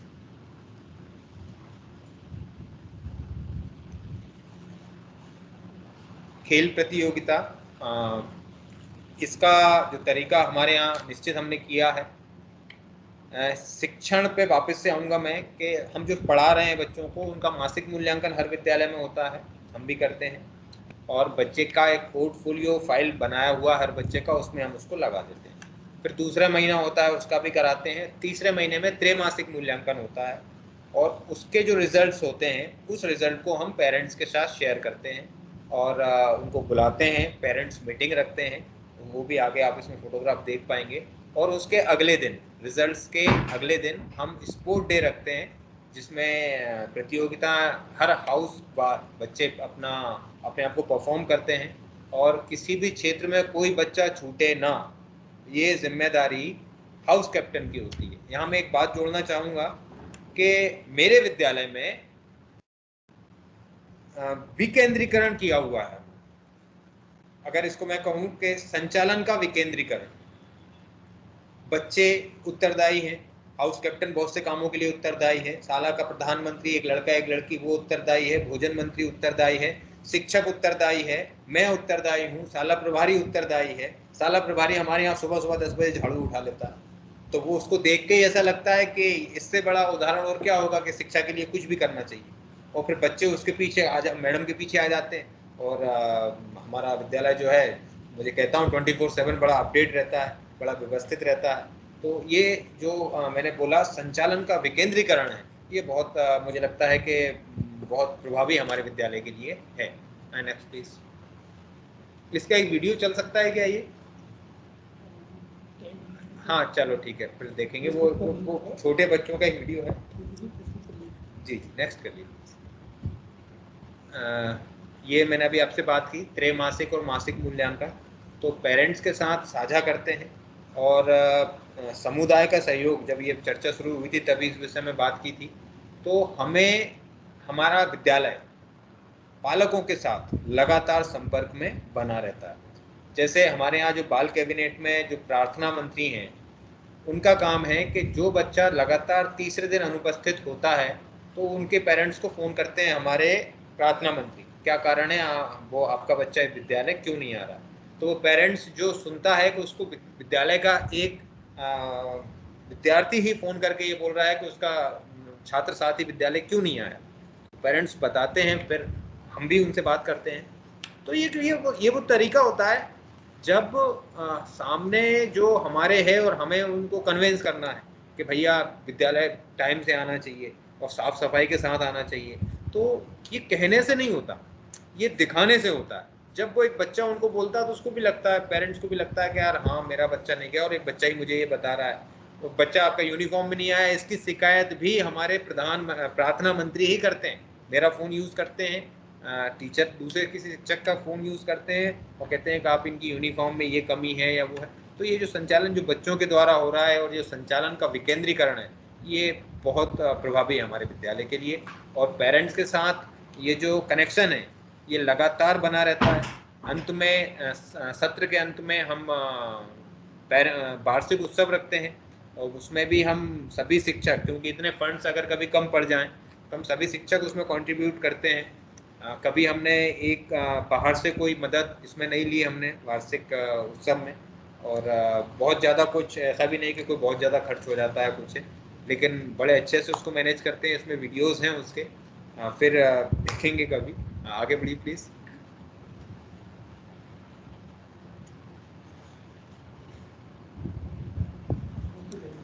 विभिन्न व्यक्तियों और संस्थाओं का प्रोत्साहन व सहयोग। विद्यालय में 2017 से हमने ये काम करना प्रारंभ किया, तो जब काम अच्छा हम कर पाए, और मैंने पहले भी कहा है कि मैंने दिखाने में कोई कमी नहीं छोड़ी और मैं आज भी नहीं छोड़ूंगा। उसका कारण है कि ये जो अशिक्षा से हम लड़ रहे हैं, शिक्षक का मुख्य काम है अशिक्षा को दूर भगाना, शिक्षा का उजाला फैलाना। तो बहुत बड़ा समाज है शिक्षक समाज। यदि मेरे प्रयासों को देखकर कोई कुछ समझ पाए, कर पाए, सीख पाए, तो ये बहुत आवश्यक है। दूसरा, जब मैं किसी के पास मदद के लिए जाता हूँ तो वो पहले से अगर जान ले कि हर्राखेड़ा का एक विद्यालय है जहाँ पर ऐसा कुछ काम चल रहा है और उस विद्यालय से मैं ही नहीं, मेरे कोई भी शिक्षक साथी अगर कहीं पहुँचे, तो मुझे लगता है कि ये काम एक प्लेटफॉर्म बनाता है कि मेरे अगले जो चुनौतियां मेरे सामने हैं उनको उनका सामना करूं और विद्यालय का विकास करूं। तो ये प्रोत्साहन मुझे मिला है। श्रीमती आविदा रजा हमारी संकुल प्राचार्य थी और इन्होंने प्रशस्ति पत्र उप संचालक जी के गरिमामय उपस्थिति, बीईओ बैरसिया और ये सुभाष एक्सीलेंस के प्रिंसिपल थे, मैं नाम भूल गया इनका, सक्सेना जी दिख रहे हैं इसमें, तो इनकी उपस्थिति में मेरे विद्यालय आके दिया था। दूसरे फोटोग्राफ में आप देख पा रहे हैं कि ये शैक्षिक संवाद है जो सम्माननीय डाइट प्राचार्य जी के आदेश अनुसार मेरे विद्यालय में संपन्न हुआ था। डाइट से श्री मनोज कपूर सर से भी मैं बहुत मार्गदर्शन मैंने लिया है और मैं एक एक घंटा उनको फ़ोन पे लगा रहता हूँ, उनको बोलता भी हूँ कि सर आपको कभी गुस्सा आया तो बता देना, क्योंकि बात जब तक मेरे समझ में नहीं आती, क्योंकि मेरा जो पात्र है वो बड़ा छोटा है और जिनसे मैं ज्ञान अर्जन के लिए जिनके पास जाता हूँ उनके पास भंडार है, लेकिन मैं कितना ले पाऊँगा, उसको सही से ले पाऊँ, उसके मैं प्रयास करता रहता हूँ। आगे बढ़िए प्लीज़।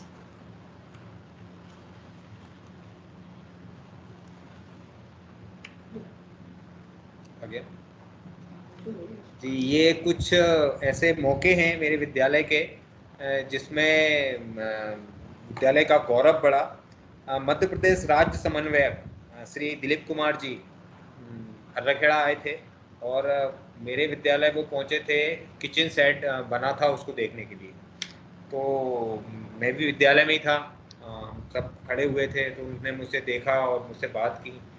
तो मैंने फुल आत्मविश्वास के साथ बात की, मैंने बिल्कुल गया नहीं, सामने खड़ा रहा और वो उनसे बात की। ये मेरा आत्मविश्वास है जो मैं बार बार बहुत कोशिश करता हूँ कि ये मजबूत हो, जिस तरह आज जो मुझे अनुभव हो रहा है आप सभी से बात करने का, तो ये भी मेरे लिए एक बड़ा नया अनुभव है। और मैं नर्वस भी था इसमें होने से पहले, लेकिन जितना मैं नर्वस था उसका 100 गुना ज़्यादा बड़ा प्रयास कर रहा था कि आप लोगों से अच्छे से बात कर पाऊँ। और आप मुझे बताइएगा ज़रूर कि मैंने आप लोगों को कैसे बात की है और क्या मैं सही से बता पाया हूँ। बाद में इस विषय पे मुझे आप सब लोगों से ये अगर फीडबैक मिलेगा तो मेरे आत्मविश्वास में बढ़ोतरी होगी। तो ये राज्य समन्वयक दिलीप कुमार जी थे जो आए थे और मैंने इनसे थोड़ी बात की विद्यालय के विषय में, इन्होंने कुछ मुझसे सवालात भी किए, मैंने उत्तर दिया। तो फिर जब ये जाने लगे तो मैंने कहा सर ये मेरे लिए बड़ा गर्व का विषय है मेरे विद्यालय के लिए कि एक राज्य स्तर के समन्वयक अधिकारी आप मेरे विद्यालय के प्रांगण में खड़े हैं। आपसे निवेदन है कि आप मेरी ऑफिस में चल के हमारी कुर्सी पे बैठे हैं। तो बोले कि हम शिक्षक की कुर्सी पर नहीं बैठ सकते। मैंने कहा बिल्कुल सही बात है, नहीं बैठ सकते, लेकिन ये मेरा निवेदन है कि आप बैठें और मेरे विद्यालय को समझें। तो उन्होंने मेरे वीडियोस देखे थे, मेरी विद्यालय में बहुत सारी जानकारियां ली थी और मुझसे उन्होंने कहा था कि जैसे ही विद्यालय शुरू हो आप अपना एक पूरा डिजिटल कुछ बना के अपने विद्यालय का मेरे पास लेके आइएगा। तो मुझे जाना है उनके पास क्योंकि विद्यालय अभी तक खुले नहीं है और मेरे विद्यालय के लिए पूर्ण सहयोग करने का उन्होंने मुझे आश्वासन दिया था। Next please. अभी ये जो फोटोग्राफ आप देख पा रहे हैं ये एकलव्य फाउंडेशन की मदद से मैंने ये ग्रीष्मकालीन अवकाश के समय कैंप लगाया था, बड़ा अच्छा था और बच्चों को बड़ा मजा आया था। Next please.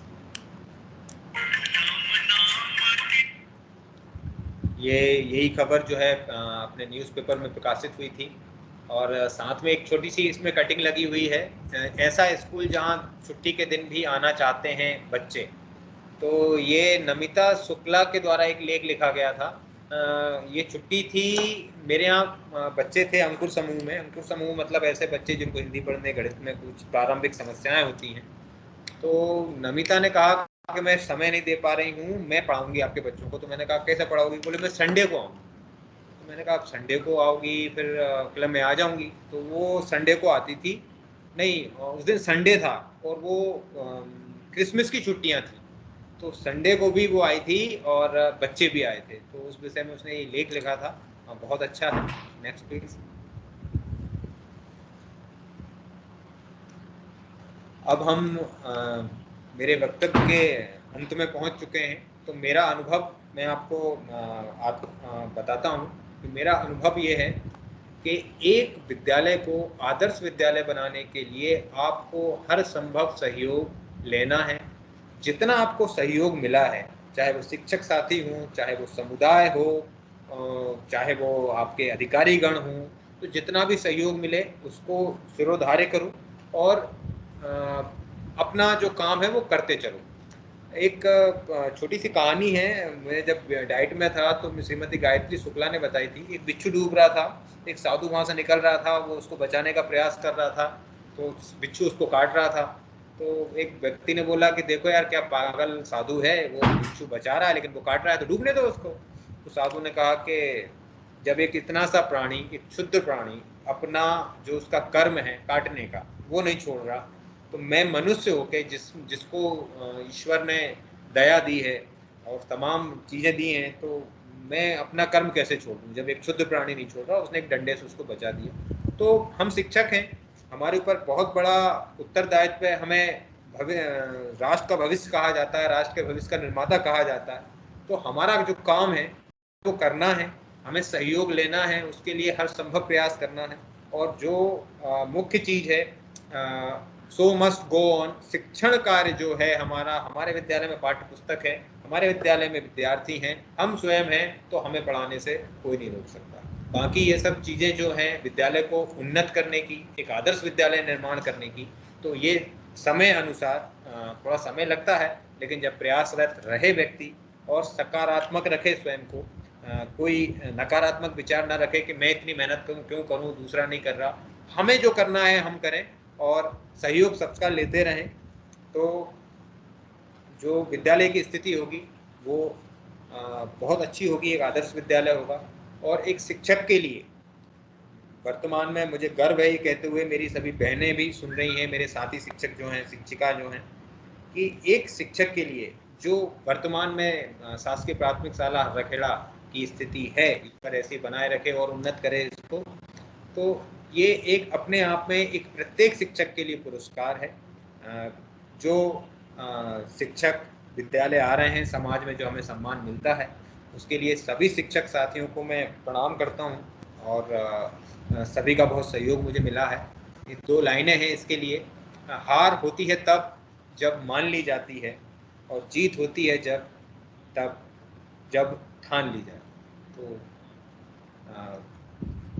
इसी के साथ सबसे लास्ट में विद्यालय का फेसबुक पेज, इसकी लिंक है, या आप इससे जुड़ सकते हैं। 2017 से मैं इसको संचालित कर रहा हूँ। इसी के साथ इसमें कुछ और भी लिंक्स हैं, एक बार एक न्यूज़ चैनल वाले आए थे, उनकी लिंक है, और एकलव्य फाउंडेशन ने एक मेरे विद्यालय के ऊपर वीडियो बनाया था, उसकी एक लिंक है। तो ये सभी हैं, आप समय मिले तो आप देखिएगा। और इसी के साथ फैज भाई, ओवर टू यू, कोई भी सवाल अगर हो तो। हेलो हेलो, मेरी आवाज पहुंच रही है? हाँ आ रही है बहन जी। जी आ रही है। लक्ष्मी मैम का नहीं जुड़ी क्या? लक्ष्मी मैडम मुझे दिखी नहीं, इसलिए मैंने, लक्ष्मी मैडम है क्या?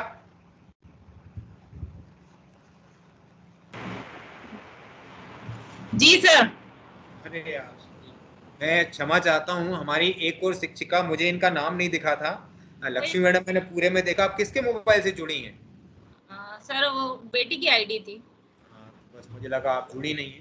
नहीं, तो डिजिटल शिक्षण पर नहीं, आपका 1-2 मिनट लेंगे हम। नहीं सर, आपने भी वही बात बोली जो मैं बोलना चाह रही थी। आपने बहुत अच्छे से बोला और सभी शिक्षकों ने बहुत अच्छे से बताया अपने स्कूल के बारे में। फिर भी आप 2 मिनट कुछ बोलिए। मेरा नाम लक्ष्मी नामदेव है, मैं पीएस हर्राखेड़ा में पदस्थ हूँ। टीचर मेरी पोस्टिंग 2013 से है, लेकिन मैं 2019 में हर्राखेड़ा आई थी। तो यहाँ की जब हम अंदर आते हैं तो एक अलग ही माहौल दिखाई देता है।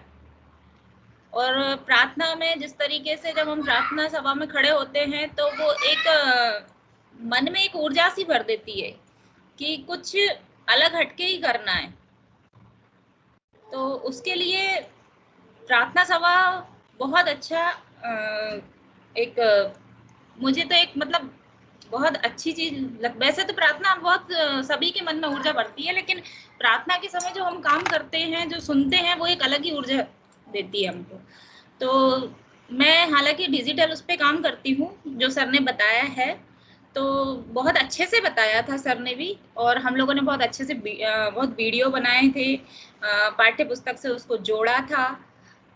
जब हम उसको पाठ्य पुस्तक से जोड़ रहे थे तो हमारे सामने एक चुनौती भी थी कि हम उसको कैसे और किस तरीके की उससे जोड़ें। तो हमने उसमें छोटे छोटे वीडियो डाउनलोड किए यूट्यूब से और उसको अपनी पाठ्य पुस्तक से जोड़ा, जिसमें बच्चों को बहुत अच्छे तरीके से समझ में आता है, क्योंकि देखने से जल्दी समझ में आता है, ना कि सुनने से। तो ये सब सारी चीज़ें हैं जो मैंने और सर ने और हमारे स्टाफ ने तैयार की हुई है, जिसे हम आगे बच्चों को पढ़ाएंगे जब स्कूल खुलेंगे। और सर ने बहुत अच्छा बताया था। इसी के साथ मैं अपनी वाणी को विराम देती हूँ। सभी को नमस्कार। बहुत बहुत धन्यवाद बहन जी, और मैं क्षमा प्रार्थी हूँ, लेकिन आपका नाम मुझे दिखा नहीं, तो मैंने कहा सर लक्ष्मी मैडम जुड़ नहीं पाई। हाँ फैज, ओवर टू यू। शुक्रिया भूपेंद्र भाई।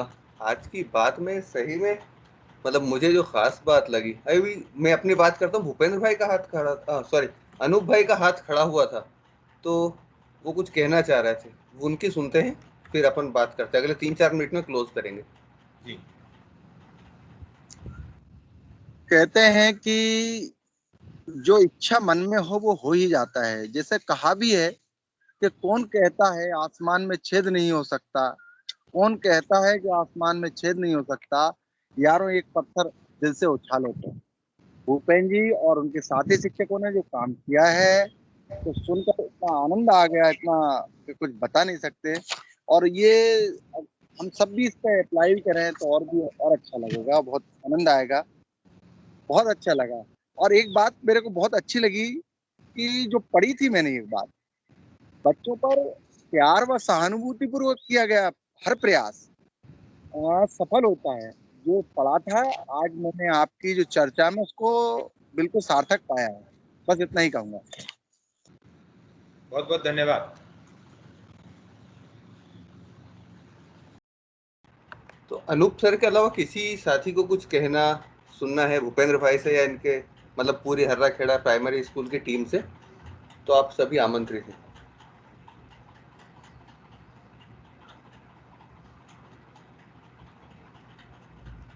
जी कहिए। संदीप भाई आपका हाथ खड़ा है। हाँ, तो मैं बोलूं? मेरी आवाज आ रही है? हाँ आ रही है सर। तो भूपेन जी और तमाम हर्राखेड़ा के तमाम शिक्षक बहुत बहुत साधुवाद। और पैरसिया टीएलसी की जो टीम है जो भी ऐसा प्रयास कर रही है ऐसे तमाम शिक्षकों को सामने लाने का, पिछले हफ्ते अनूप सर के स्कूल और इस हफ्ते हर्राखेड़ा के स्कूल के शिक्षकों ने जो अपनी बात रखी, निश्चित ही हम लोग कई बार इन स्कूलों में गए हैं और ऐसे प्रयास देखे हैं, लगातार काम करके देखा है और बड़ा अटपटा सा भी लगता है कि आज की डेट में भी ऐसे ऐसे शिक्षक हैं जो बस लगे हैं इस काम भाव से अपना काम करना है और बिना किसी लालसा प्रत्याशा के अपने काम में काम और बच्चों के लिए करने की जीवन। और मेरी ये बहुत अच्छा लगता है जब बात करते हैं, और आप विश्वास नहीं मानेंगे, ये चार जो कुछ स्कूल हैं, रुसल्ली है, चाहे हर्राखेड़ा है और भी कुछ स्कूल हैं जिनमें मतलब उंगलियों में गिने जाने वाले सर हम लोग कोशिश करते हैं और गौरव भी महसूस करते हैं कि इनके साथ हम जुड़े हैं। और जब भी जिले स्तर पर, प्रदेश स्तर पर या राष्ट्रीय स्तर पर बात होती है तो हम गर्व के साथ कह पाते हैं नहीं, मध्य प्रदेश के पैरसिया में भी आके आप देखिए, हमारे भी विद्यालय बढ़िया विद्यालय जिनमें आप बच्चों से लेके शिक्षकों से लेके हर पहलू को आप अच्छे से देख सकते हैं। तो ये गिने चुने स्कूलों में से वो स्कूल हैं। और वास्तव में डॉक्यूमेंटेशन करना भी बहुत इम्पोर्टेंट मसला है जो भूपेन जी ने बढ़िया से किया है, क्योंकि कई बार हम काम तो बहुत करते हैं और डॉक्यूमेंटेशन रह जाता है। ये एक अच्छा प्रयास भी है और हमारे लिए सबके लिए सीखने का मौका भी कि अपने छोटे छोटे कामों को हम डॉक्यूमेंट करें तो निश्चित ही पूरी यात्रा समझ में आती है कि हम कहाँ से चले थे कहाँ पहुंचे हैं। और एक और जो बात समझ में आई भूपेन जी की बात से कि सारा काम खुद ही करना का बीड़ा ना उठा के हम ये एक्सप्लोर करें कि कहाँ कहाँ से हम साधन जुटा सकते हैं, चाहे वो एकेडमिक चीजें हों, चाहे वो भौतिक वस्तुएं हों, चाहे वो किसी भी तरीके के प्रयास हों। तो निश्चित ही विद्यालय जो हर्राखेड़ा की टीम है उनके प्रयासों में दिखता है, वो हर जगह सब लोग मिलके कोशिश करते हैं कि कहाँ से क्या अच्छा मिल सकता है, चाहे वो सीखने को लेके हो, चाहे बच्चों के साथ काम को लेके हो, चाहे संसाधनों को लेके हो। और वो टीम का एक प्रयास स्कूल के बच्चों में और स्कूल में दिखता है। तो मैं तो रिक्वेस्ट करूंगा कि आप जैसे शिक्षक और तमाम लोग हमारे देश के उन अग्रणी शिक्षकों का रिप्रेजेंटेशन करते हैं, ऐसे और बहुत सारे शिक्षक तैयार हों और ऐसे बहुत सारे प्रयास हों, ये तमाम शिक्षक उन तमाम लोगों को करारा जवाब दें जो अक्सर ये कहते हैं कि सरकारी विद्यालय के शिक्षक कुछ नहीं करते। तो हम सब मिलके उन लोगों के लिए ये डॉक्यूमेंटेशन और ये तमाम चीज़ें करते रहेंगे जिनकी धारणा कुछ गलत बन गई है। तो उनके लिए ये भी इम्पोर्टेंट है कि सरकारी विद्यालय प्राइवेट विद्यालय से कितना बेहतर काम कर सकते हैं। और दूसरा, ऐसा नहीं है कि सारे सरकारी विद्यालय के शिक्षक कुछ नहीं करते, बहुत सारे शिक्षक करते हैं और कर रहे हैं, और जिनको अगर ये देखना है तो वो रुसल्ली, हर्राखेड़ा या और भी विद्यालय जाकर देख सकते हैं। तो मेरी तरफ से बहुत सारी शुभकामनाएं, और हम तो ये कहेंगे बल्कि हम लोगों को भी गौरव महसूस कराते हैं ऐसे शिक्षक साथी। मजा आता है कि हम इन लोगों के साथ काम करते हैं। Thank you. शुक्रिया संदीप भाई, आपने बड़ी इम्पोर्टेंट बात बोली जिससे हमने बात शुरू भी की थी कि सही में हम अपने आप में गौरवान्वित फील करते हैं कि हम उन तमाम शिक्षकों के साथ जुड़ने का मौका मिला है हमको, जो बहुत शिद्दत से काम कर रहे हैं, या हमको उन स्कूलों से जुड़ने का मौका मिला है जो ज़मीन पर कुछ धारणाओं, बहुत बलवती धारणाओं को बदलने का काम कर रहे हैं। तो आपने जिक्र भी किया रुसल्ली का, हर्राखेड़ा का, जोशी जी वाला स्कूल नेवरी का, काफ़ी लोग हैं। तो इसी कड़ी में हम अगली बार एक महिला शिक्षिका से भी मिलेंगे आगे, और उसकी घोषणा जल्दी करेंगे, वो अपने कामों को बता रही होंगी। आज की बातचीत को हम समेटते हैं। बहुत विस्तार से बताई भूपेंद्र भाई ने बात अपनी यात्रा की, और बहुत जीवंत तरीके से बताई। और इस पूरी बातचीत की खासियत ये रही कि पूरी टीम का क्रेडिट हर बार दिखता है, पूरी टीम का काम करना दिखता है इस प्रस्तुतिकरण में भी और स्कूल में। तो स्कूल में तो होता ही है, मगर हम एक स्कूल की यात्रा की बातचीत कर रहे थे और हम एक शिक्षक की यात्रा की बात कर रहे थे। तो भूपेंद्र भाई के प्रस्तुतिकरण में ये भी रहा कि खास बात की मैंने अकेले नहीं किया, हम सब लोगों ने मिल करके किया। तो इस नज़रिए से भी ये प्रस्तुतिकरण हमारे लिए बहुत महत्वपूर्ण है, और स्कूल की यात्रा तो महत्वपूर्ण है ही सही। एक हाथ और दिख रहा है एकलव्य से, एकलव्य फाउंडेशन से, तो अपन उनको भी सुनते हैं, फिर बात को समेटते हैं, क्लोज करते हैं। जी हाँ, तो फैज भाई, मनोज हूँ मैं एकलव्य फाउंडेशन से। तो मेरी आवाज पहुंच रही है ना आप तक? हाँ मनोज भाई। जी जी। तो भूपेंद्र शर्मा जी ने शुरुआत जिससे गीजू भाई का नाम लेके करी थी, तो सही में ये गीजू भाई को हमने किताबों में सुना है, पढ़ा है, लेकिन किसी भी एक अवधारणा को जमीन पे उतारना, तो वो शर्मा जी ने जिस तरह से प्रस्तुत किया है, उनकी प्रस्तुति बहुत लाजवाब थी। और जैसा आपने कहा कि हर क्षण में अपने सहयोगियों को, साथियों को बराबरी से लाना, ये सचमुच एक बड़ी बात होती है। तो एक तो मैंने अपने किसी लेख में जिक्र भी किया था शर्मा जी का कि जैसे गीजू भाई को मूंछों वाली माँ कहा जाता था ना, तो बच्चे इनसे वैसे ही लिपटे रहते हैं जैसे गीजू भाई से लिपटे रहते होंगे। तो ये भूपेंद्र शर्मा जी के लिए एक कॉम्प्लीमेंट है। एक जो उदाहरण मैं देना चाह रहा था कि जब हम लोग बेरसिया में काम करने का सोच रहे थे और शर्मा जी के काम का देखा, तो हमने कहा यार ये तो स्कूल वैसे ही बहुत अच्छा है, तो हम इसमें काम नहीं करेंगे। तो भूपेंद्र शर्मा बोले यार नहीं नहीं, आपको काम तो करना पड़ेगा, क्योंकि आज मैं जहाँ हूँ उससे मुझे बहुत आगे जाना है। तो सही में आज 2 साल हो गए, तो 2 साल पहले जो स्कूल की स्थिति थी आज बहुत आगे बढ़े हैं। तो अभी समय ज़्यादा नहीं है। मैं बहुत बहुत शुक्रिया कहना चाहूँगा हर्राखेड़ा प्राथमिक स्कूल के सभी शिक्षकों का, जिन्होंने हमको ये मौका उपलब्ध कराया और स्कूल के विभिन्न आयाम हमको इस प्रस्तुति में देखने को मिले। कुछ चीज़ें और हैं जो मैं शायद बाद में कभी मौका मिला तो जरूर बोलूँगा। आप सबका बहुत बहुत धन्यवाद। मनोज जी का बहुत बहुत धन्यवाद, समय निकालकर आपने ये इतने टाइम बने रहे, आप सुनते रहे, बहुत बहुत धन्यवाद। शुक्रिया मनोज भाई, मेरी तरफ से औपचारिक रूप से फाउंडेशन की तरफ से। तो भूपेंद्र भाई और सभी शिक्षक साथी लोग जो भी कॉल में हैं, विशेष रूप से हर्राखेड़ा स्कूल का स्टाफ, इन सबका शुक्रिया कि इन्होंने हमको यात्रा बताने की जहमत उठाई, और शायद ये यात्रा से हम लोग सीख पाएंगे। और इस मीटिंग के बाहर भी, इस ऑनलाइन मीटिंग के बाहर भी, अगर हम में से किसी को शिक्षक साथी को ज़रूरत लगती है, स्कूल आना होता है, तो हम जरूर चलेंगे। और लगा तो इस स्कूल के शिक्षक साथियों को, इनकी तरफ से मैं कह रहा हूँ, प्राथमिक शाला हर्राखेड़ा के बिहाफ पर, अगर किन्हीं स्कूल में किसी तरह की मदद लगती है तो हम जरूर पहुंच रहे होंगे और मिलकर कुछ और भी क्रिएट कर रहे होंगे। तो शुक्रिया भूपेंद्र भाई।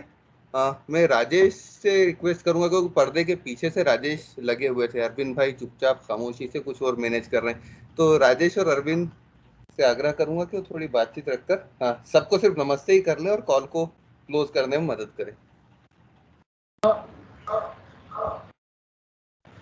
जी, मैं सबको नमस्ते करूंगा केवल, क्योंकि अभी टाइम भी नहीं है और बातें भी हमारी लगभग आ चुकी हैं सारी। तो सभी साथी जो इस चर्चा में जुड़े हैं उन सबका एक साधुवाद है, ताकि वो और साथ में भूपेंद्र सर को बहुत बहुत साधुवाद। उन्होंने बहुत अच्छा काम किया और अपने काम को उन्होंने सही से रखा भी है हमारे सामने। तो बिल्कुल आखिर में भी शुक्रिया आप सबका। अरविंद जी आप बताइए। सब बातें आ गई हैं और मेरी तरफ से भी मैं आभार व्यक्त करता हूं शिक्षक साथियों का जो शामिल हुए हैं। अगले सोमवार फिर से हम किसी शिक्षक साथी को सुन रहे होंगे। समय वही रखेंगे 4 से 5:30 बजे तक का। तो आप सब अगले सोमवार फिर आमंत्रित हैं।